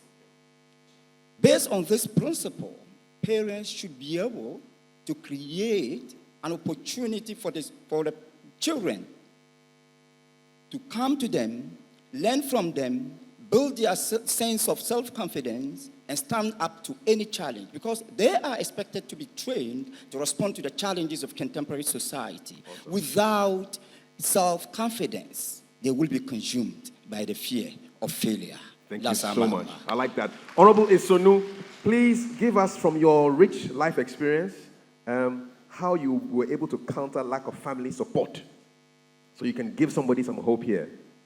Yes, like I had started saying before now, you must be motivated by either your environment or what you want to project your mind to achieve in life. You must not, your parents, there was something I did. As I was growing, I was really energetic. The first time I wanted to travel from the east to Lagos, I had to go and do mineral job. I had to go and do cultivation because I know I was fit and proper for that particular thing. I wanted to move out. I wanted to go and see what it's like. And, Lagos seemed to be where the behaviors of activities were then and even till today. So I had to do something for myself. I went and I was busy going to do jobs they pay, and I really did them and got the money, and I traveled. When I got to Lagos, I also needed to use the wealth of strength I had then. So one day I just decided to go to NBL, Nigerian Breweries. When I got there, I told them I wanted to speak with the production manager. I never knew who he was, but because I had that, I was contented with myself. I knew I had the strength. I knew I wanted to succeed. I knew I wanted to have a new thing for myself, and I don't need to wait for somebody to come to me. And lo and behold, they gave me the contact they just called him through the internet, through the Intercom. Intercom, and I spoke with him. He told me, am I fit enough that he would have wanted me to write exams? I said, no, I want to be at the plant. The plant. Okay. Because I was fit. I was gymming then. So I wanted to make use of it. I wanted to explore my strength. So he said, okay, if you think you can do it, get a gate pass and come in. And I started working that same day. Immediately? I'm telling you the whole wow, truth. Put your hands together for that. Because I wanted to do something for myself and I didn't want to wait for my parents. And I started having monies to take care of my needs at that time. And eventually I wrote JAMB and also went back to school. Okay. So that is just what you have to do for yourself. Don't necessarily wait for when you want to talk about family support. There are limits to it. And sometimes parents are quite protective of their kid ones. They might not want you to, not as if you would disobey them, yes, but find a way. Like my uncles lived in Lagos then. So all I needed to do was to tell them, Mommy and Daddy, I want to go and visit my uncles. But if I knew I had something in my mind, I wanted something else in my mind, I wanted to start doing something for I myself. hope you visited your uncles in the end, though. Very well. Thank you very much. All right, we're going to wrap this up with something that you can take home, young people, and all of us as well, because whatever is inspiring the young people is also inspiring the middle-aged and the elderly. So we'll benefit with what is going to be said. So I want to go around the panel, and I need you to give the rising generation, your secret for motivating yourself to develop yourself one by one. What is the biggest secret that you know that you want to share with everybody right now? And with those who are on Facebook, there are so many of them. 280 people following us on Facebook. There's 703 people on YouTube. Let's just make some noise for them to know that we're also feeling them. All right. So your secret for motivating yourself to develop yourself as a youth. What's your secret? I'll start with Mr. James Kwesi Addison. Yes, thank you very 30 much. seconds. Good. Now, my greatest secret is a self-confidence I have. Okay. Right, yeah. Most of the time, you have a challenge when you are venturing into new things. And you are made to believe that if you've not heard anybody doing it, that means you may probably fail. All right. That fear is normal. When I started my project, I never thought I would have been the first to organize emotional intelligence. But you were. In Ghana. That's it. And I did it at a time that I did not even have 100 cedis in my pocket. Well done. I could tell you, whilst I was on stage and feeding the people were sending me money to do that. So self-confidence. That is a self-confidence. I hope you're writing these things down. All right? Very, Number one, that's his secret is self-confidence. Elder Samuel, what's the secret to motivating yourself as a young person? One thing I always tell myself is I can't control what people say. I can't control what people think. I can't control what people do. The only thing I can control is my own reaction. Okay. And so I have, over the years, based on my understanding of the gospel and the scriptures, I have made sure that my foundation is strong. Strong foundation. And because of that, I do what I know to be true and right. All right. Not really bothered by others' actions and reactions and inaction. It's just what I know to be right. Okay. And I do them. It's great. So self-confidence and then your own reactions. That's what you can control. Elizabeth, what is your secret? I think you deserve a round of applause. Oh. Elizabeth, what is your secret you want to share with the young people to motivate themselves? What should they know? Yes, my secret will also be self-confidence. Okay. I came up, I was a very shy little girl. I always used to be Malekono all by myself. But what I learned in life is that we have diversity of beings. We are you cannot be me, I cannot be you. At all. There is something that is placed in me that you don't have. So I look at it, I know I grow it, and make myself who I want to be. Don't be like nobody and don't listen to anybody. People will judge you. But just have self-esteem and be yourself. Okay. Always learn to know myself and listen to myself. So know yourself, self-confidence, 2 votes. Your own reactions, controlling your reactions, 1 vote. Honorable Esonu, 30 seconds. What is your secret for motivating yourself? Yes, definitely. Self-confidence is the preamble. But I want to also tell you that success has an embodiment of the truth, the bad, the good, and the ugly. All right. Because you venture into a particular sector and you are scared that you might fail. Don't be deterred, just like every other person would have told you. But first of all, make attempts, and sometimes you learn from your mistakes. That's the most important, because if you don't come out to do a particular thing, you won't get it right the next time. Okay. So try it, and even if you fail, try again. You see that you learn through that particular process. Awesome. So self-confidence and learn from your mistakes. Don't be afraid of mistakes. Sheikh, take us home. What's your secret to motivate yourself? Thank you. My secrets are 2.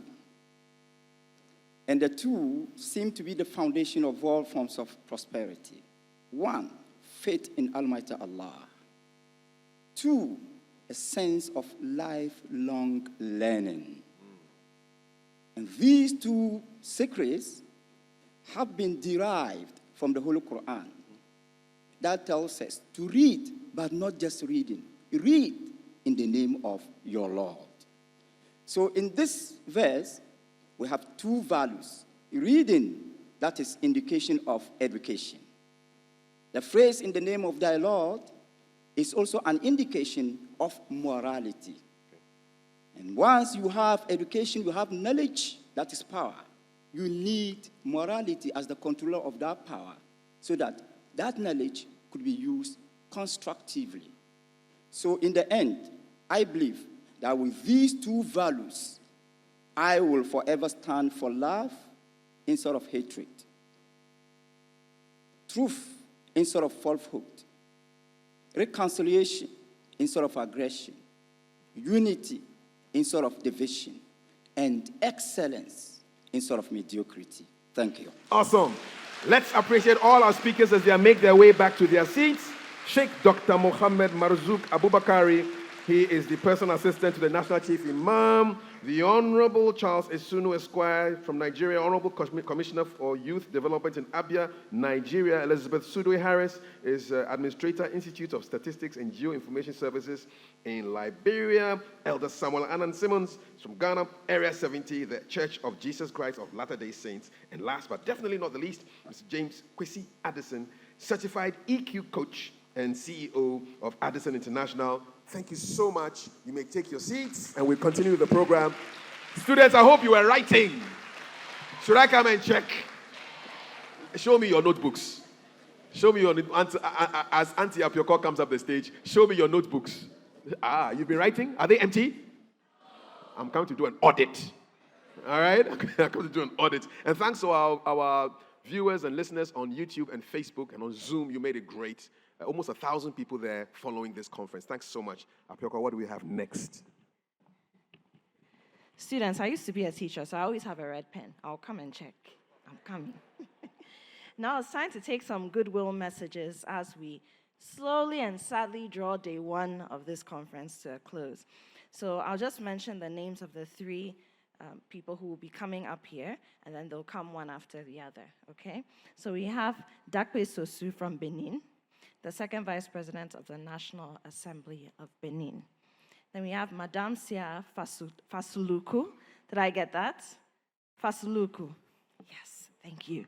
She's from Sierra Leone, and she's the Director of the Ministry of Technology and Higher Education. Big woman. Then we have Eklu Kofi Amen, who is from Togo, the Chargé de Protection of the Children and Youth Association. So starting with Dakwe Sosu, please come up and give your goodwill messages.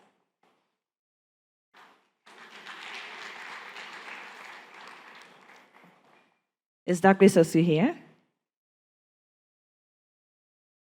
No? Okay, then Madame Fasu. Oh, okay, there he is. A round of applause. Round of applause.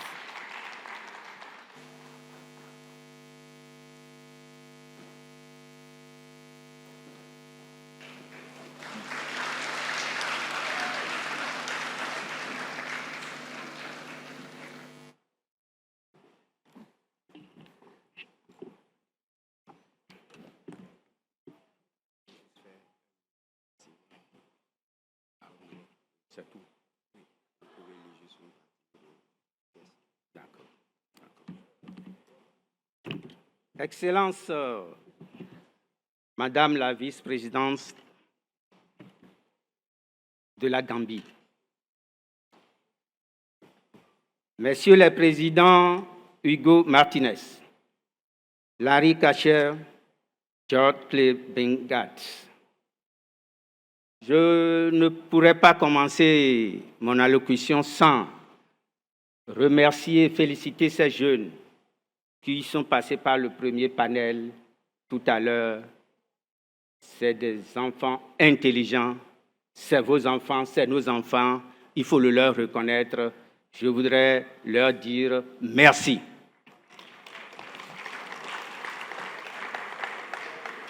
Lorsqu'on a demandé à Mère Teresa ce qu'il peut convenir de faire pour la paix dans le monde, la célèbre religieuse a rétorqué par une boutade qui mérite méditation. Pour la paix dans le monde, rentrez chez vous, et aimer votre famille. Toute la problématique est là. Et c'est pour ça que nous sommes venus juste pour remercier les responsables de l'Église. Nous voulons effectivement leur dire merci pour nous avoir choisis pour représenter le Bénin, mon pays, à cette importante conférence. Je voudrais, à cette occasion donc solennelle, faire une requête à l'Église de Jésus-Christ des saints, des derniers jours, de bien vouloir faire organiser prochainement cette conférence au Bénin. Cette conférence sur la famille au Bénin.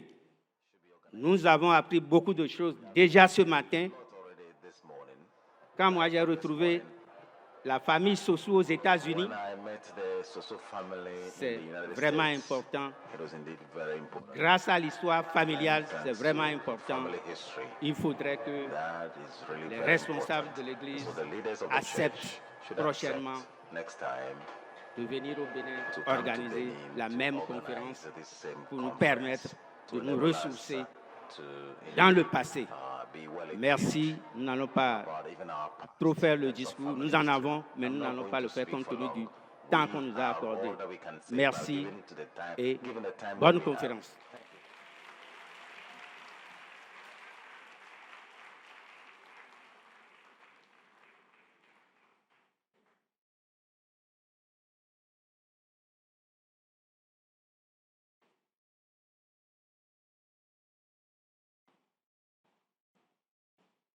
Good afternoon.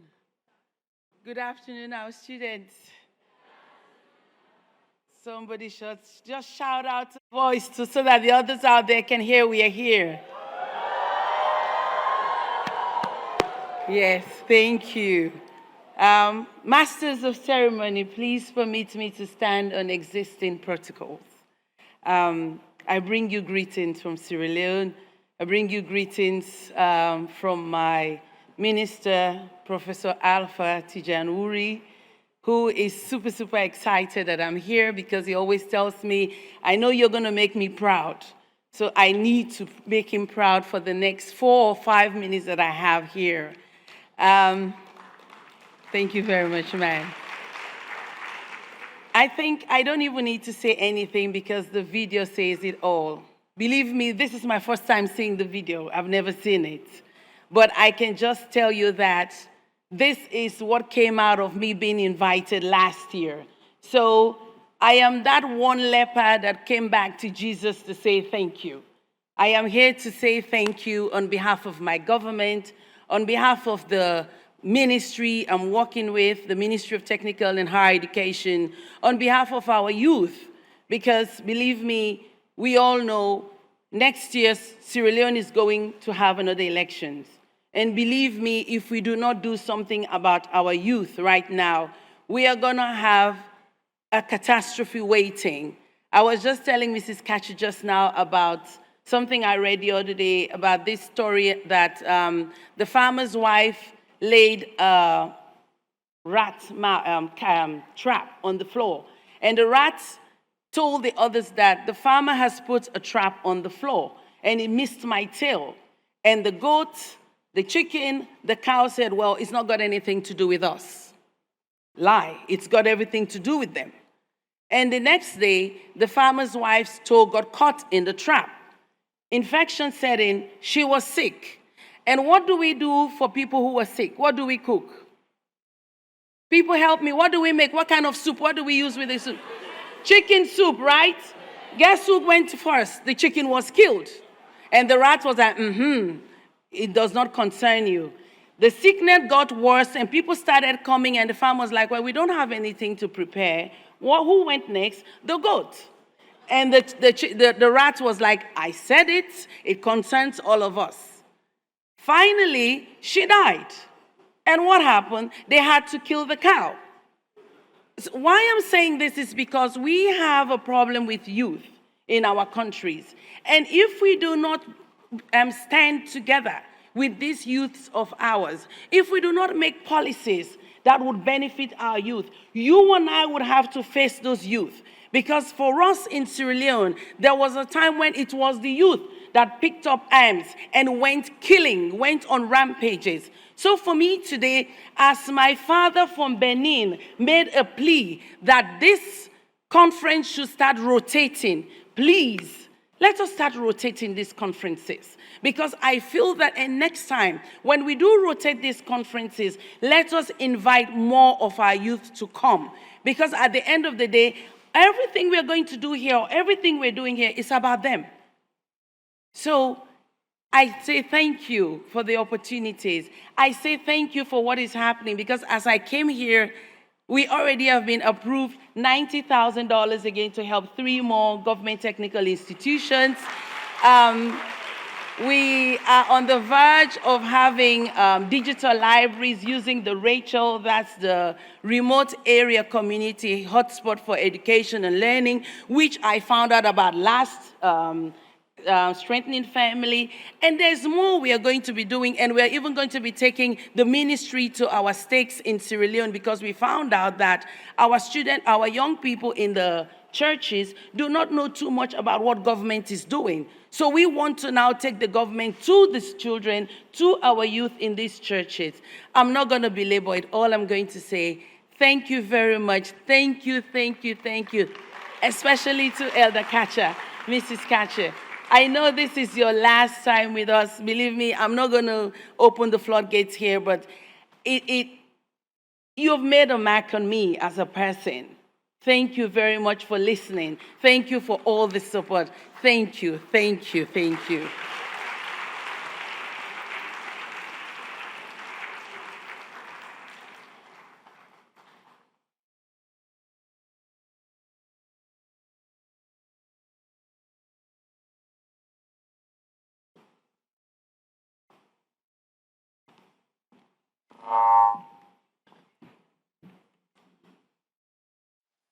Excellence, la vice-présidente de la Gambie.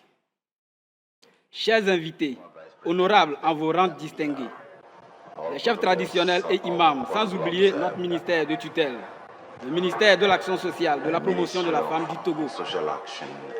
Chères autorités et dirigeants de l'Église de Jésus-Christ des saints des derniers jours, chers étudiants, mes frères et sœurs, recevez mes salutations les plus distinguées.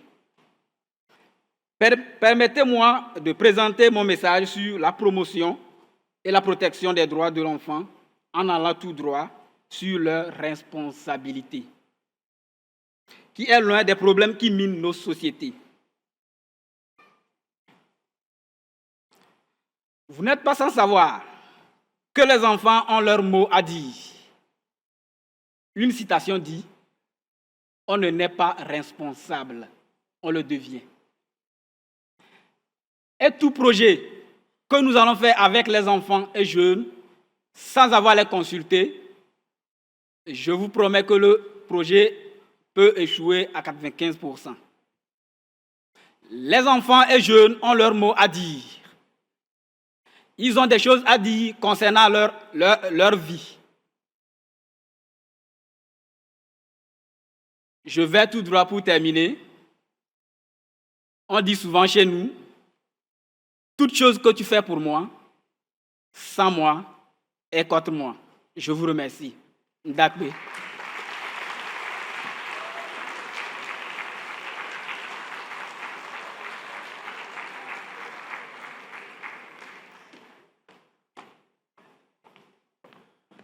Thank you very much.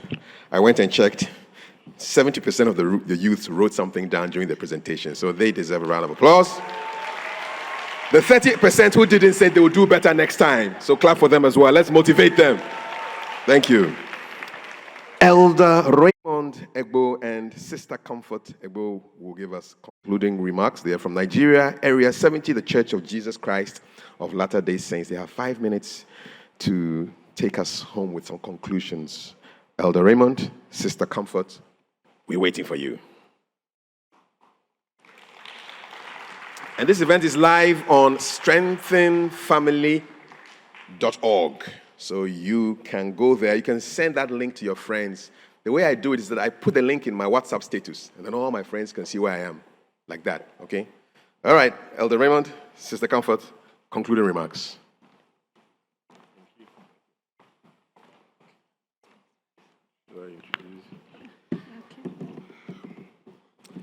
The area presidency of the Africa West area, and permit me to stand on all protocols duly observed.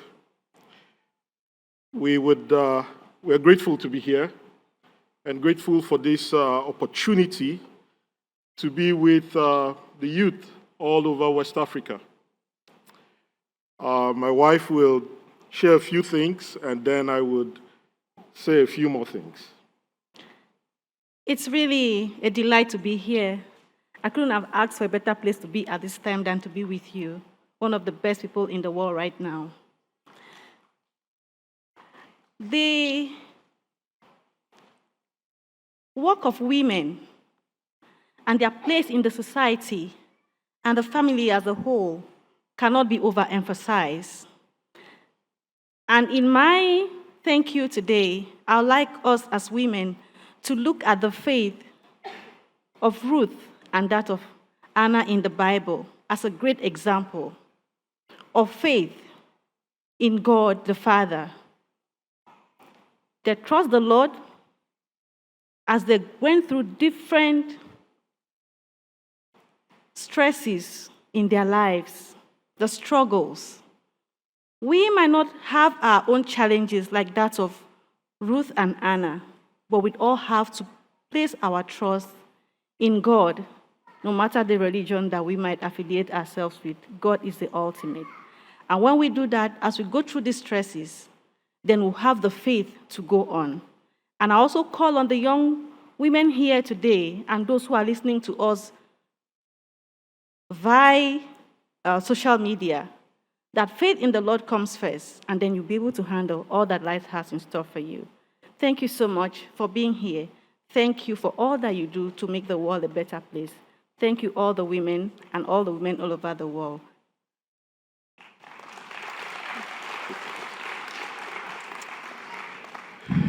In 2015, the United Nations adopted what they call the 2030 Agenda.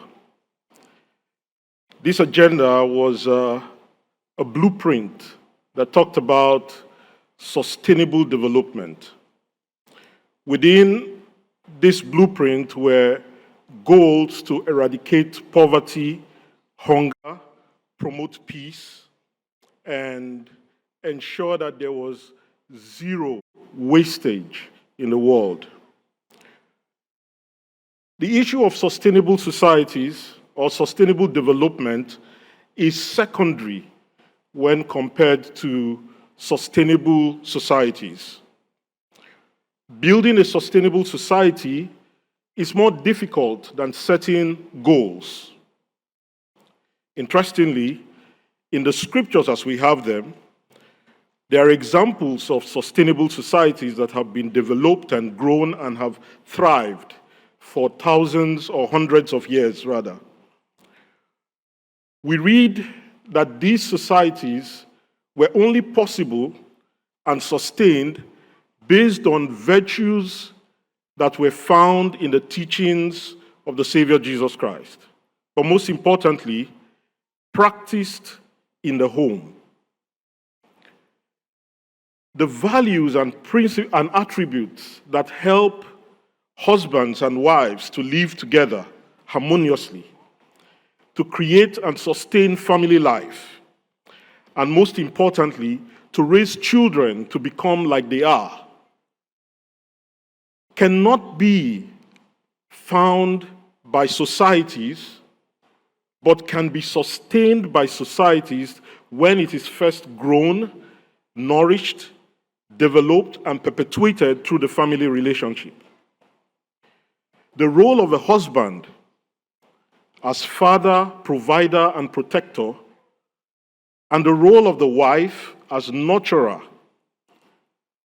and caretaker cannot be replaced by any other well-intended or good-willed act, except they are founded upon those principles that truly provide for sustainability of not only the peace and the happiness that exist in the world, but also the peace and the happiness that cannot and will never be taken away by time. As we go through this conference, it is our desire that we think about those things that time cannot take away, that only a husband and a wife can provide, and that a family needs and requires to remain together forever. Endurance, learning, working together in unity and love will bring about those things that provide sustainable societies. Our society will never and can never thrive and become the El Dorado that we all wish for, except a man and a woman joined together by marriage make a conscious and a deliberate effort to love, care, and live as friends and nurture and rear their children in that environment. With this, we want to thank you and invite you to go back home and prepare to come tomorrow. Come tomorrow to become better as husbands and wives, and together become better as children. Thank you. Thank you for coming. And please come again tomorrow. And also remember that the next Strengthen Families Conference will take place a year from now in Abuja, Nigeria. You are all invited to come.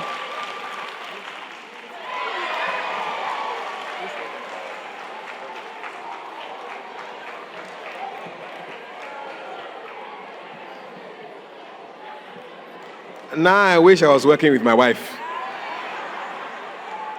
Thank you very much, Elder Raymond and Sister Comfort. Honorable Francis Adai-Nimo and Mrs. Stella Adai-Nimo will now give us their concluding remarks. Honorable Francis Adai-Nimo is a former Member of Parliament, Mampong constituency, and former flag bearer aspirant of the New Patriotic Party. And he's here to deliver concluding remarks at this year's Strengthening Families Conference 2022.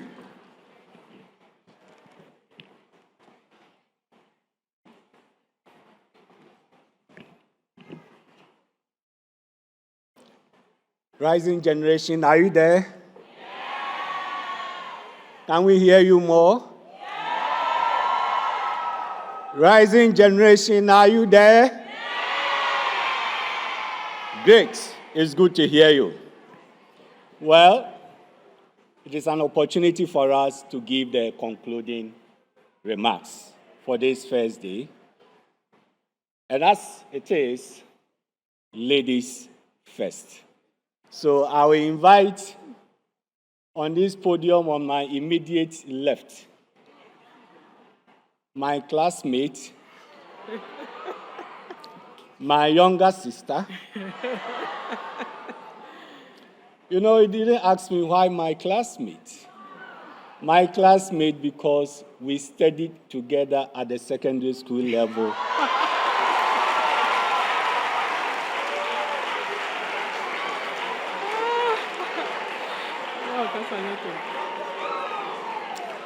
And you know what? Not just studying together, we studied mathematics, physics, chemistry together.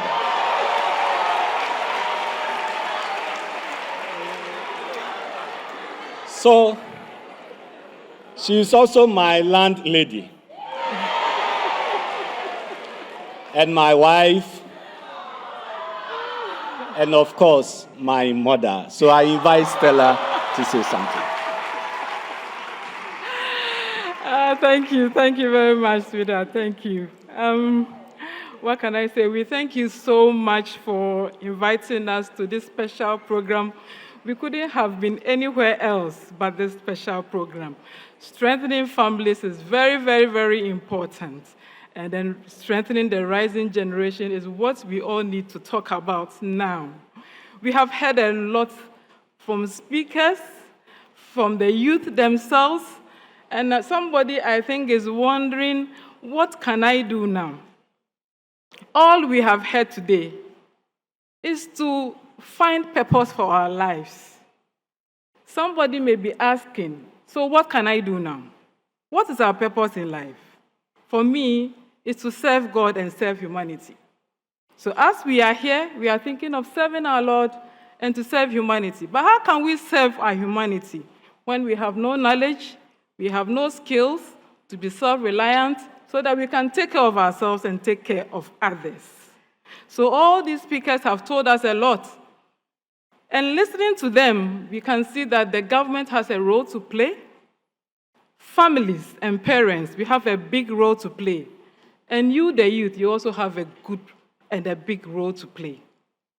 As we live here, even if we are not certain of what we want to do, let us go back and relax and think about ourselves and think of what we can do from now.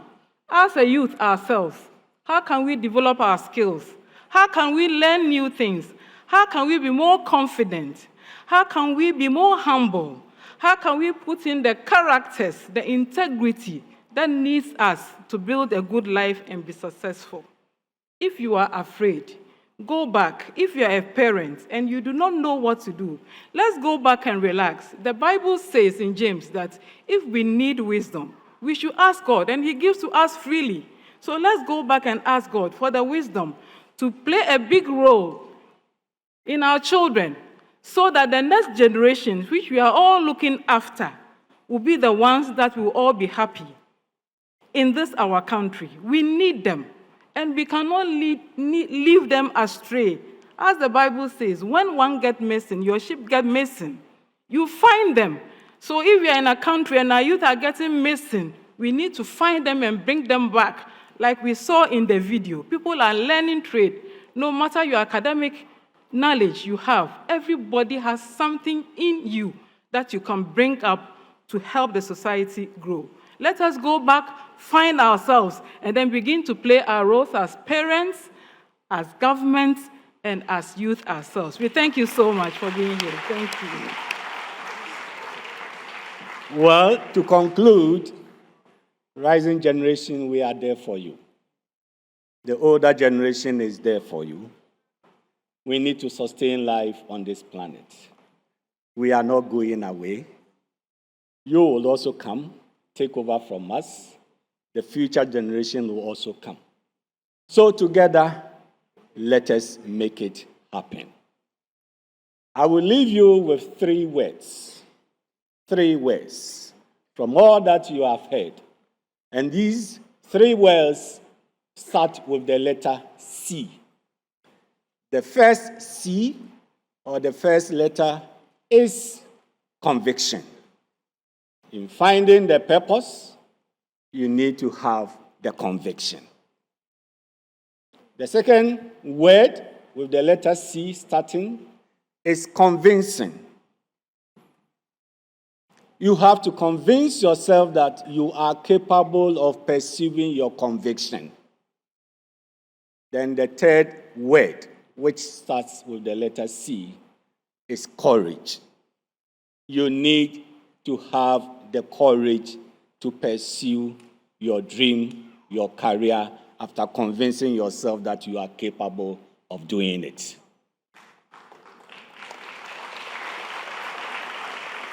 Before we sit down, already Benin has thrown the request for the next conference, or so future conference, to be held in Benin. Nigeria has given the indication that they are ready to host Abuja 2023.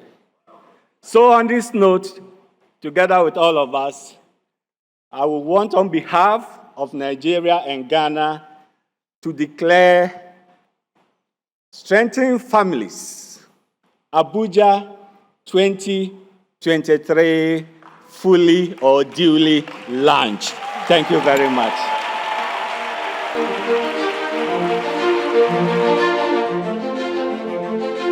It's inevitable right now. It's all partly to Abuja for Strengthening Families Conference 2023. The Abuja edition is dubbed Strengthening Marriages, and we are looking forward to a more thrilling experience.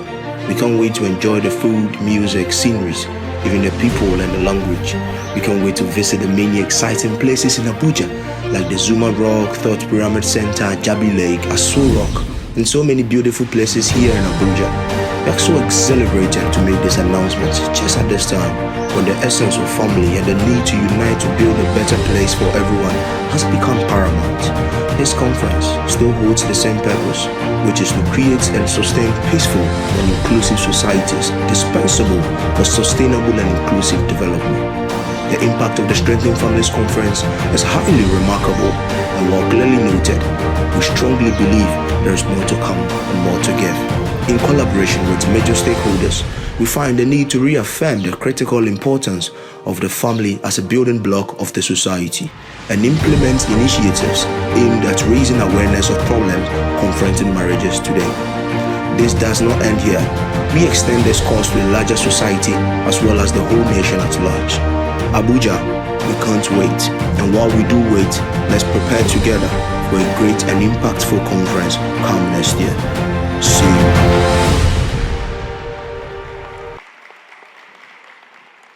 And the theme for next Strengthening Families Conference Abuja 2023 is Strengthening Marriages. Thank you.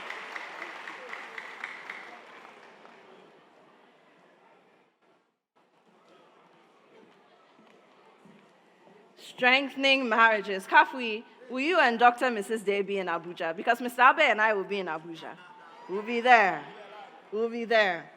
Okay, so it's time to take the closing prayer. Before then, let me acknowledge the presence of representatives from the National Commission on Culture in Ghana. Please, a round of applause for them.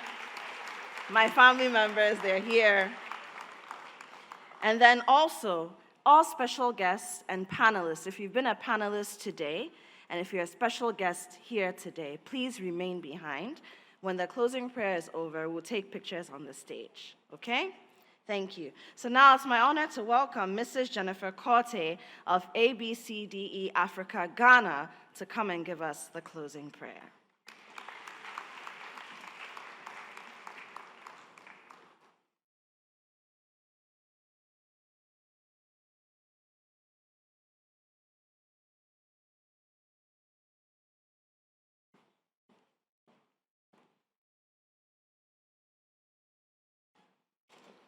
Oh, for 1,000 tongues to sing my great Redeemer's praise. Amen.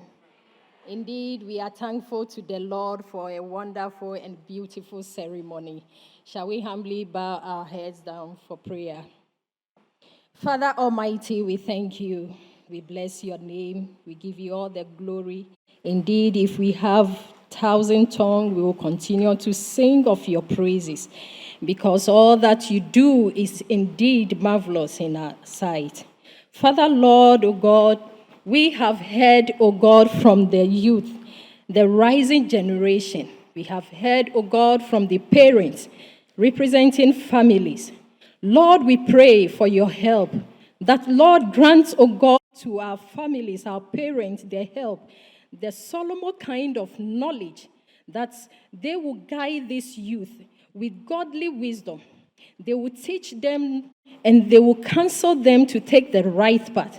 We pray that, Lord, help our youth as well, O God, in this technological world that we found ourselves in. Father, Lord, there are so many things that are happening that positively impact in their life and at the same time negatively affect their lives. So, Lord, we pray that, Lord, let your light shine, O God, before them, that they will take godly steps, they will take godly counsels from their families so that they will impart, O God, into their communities and as well be a blessing unto the nation and the world at large.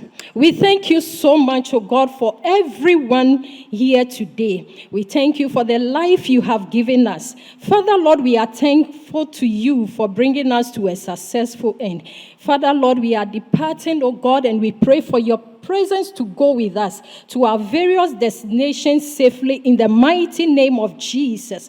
We thank you as well for the Church of Jesus Christ of Latter-day Saints. We thank you for the obedience, for availing themselves, oh God, for this wonderful conference. We pray that you will continue to use them to bring, oh God, your blessing, oh God, to the families, strengthen the families, and to the rising generation, and the next generation yet to be born. We thank you and we bless your name. We thank you for the organizers of this program, Lord.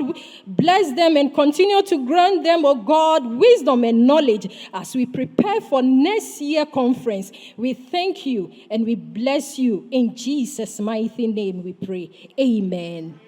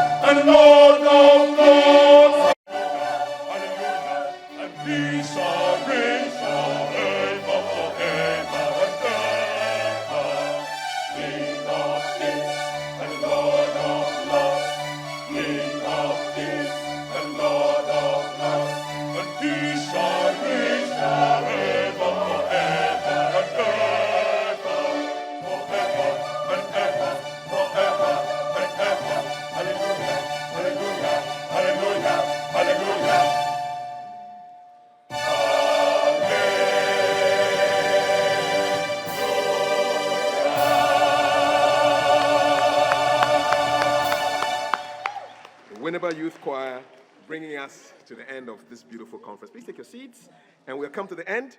We would like to just remind you that our panelists and our special guests would like to have you on the stage for a nice big group photo. And we wish you to see you tomorrow at the Christiansborg Stake Center, 9 o'clock sharp for day 2. Thank you so much. Our VIPs, our panelists, please come up on the stage. We'll take a nice group photo. It's been wonderful having all of you here. We thank all the speakers. Yes. So some of you can sit and the others will stand behind you. Yes.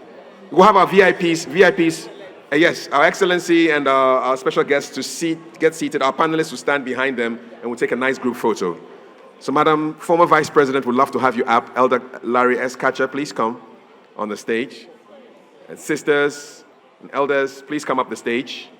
We'll take a good photo and we'll call it a day. Thank you very much. On behalf of Apioko and myself, Apioko, come and say bye-bye to them. Let them hear your voice.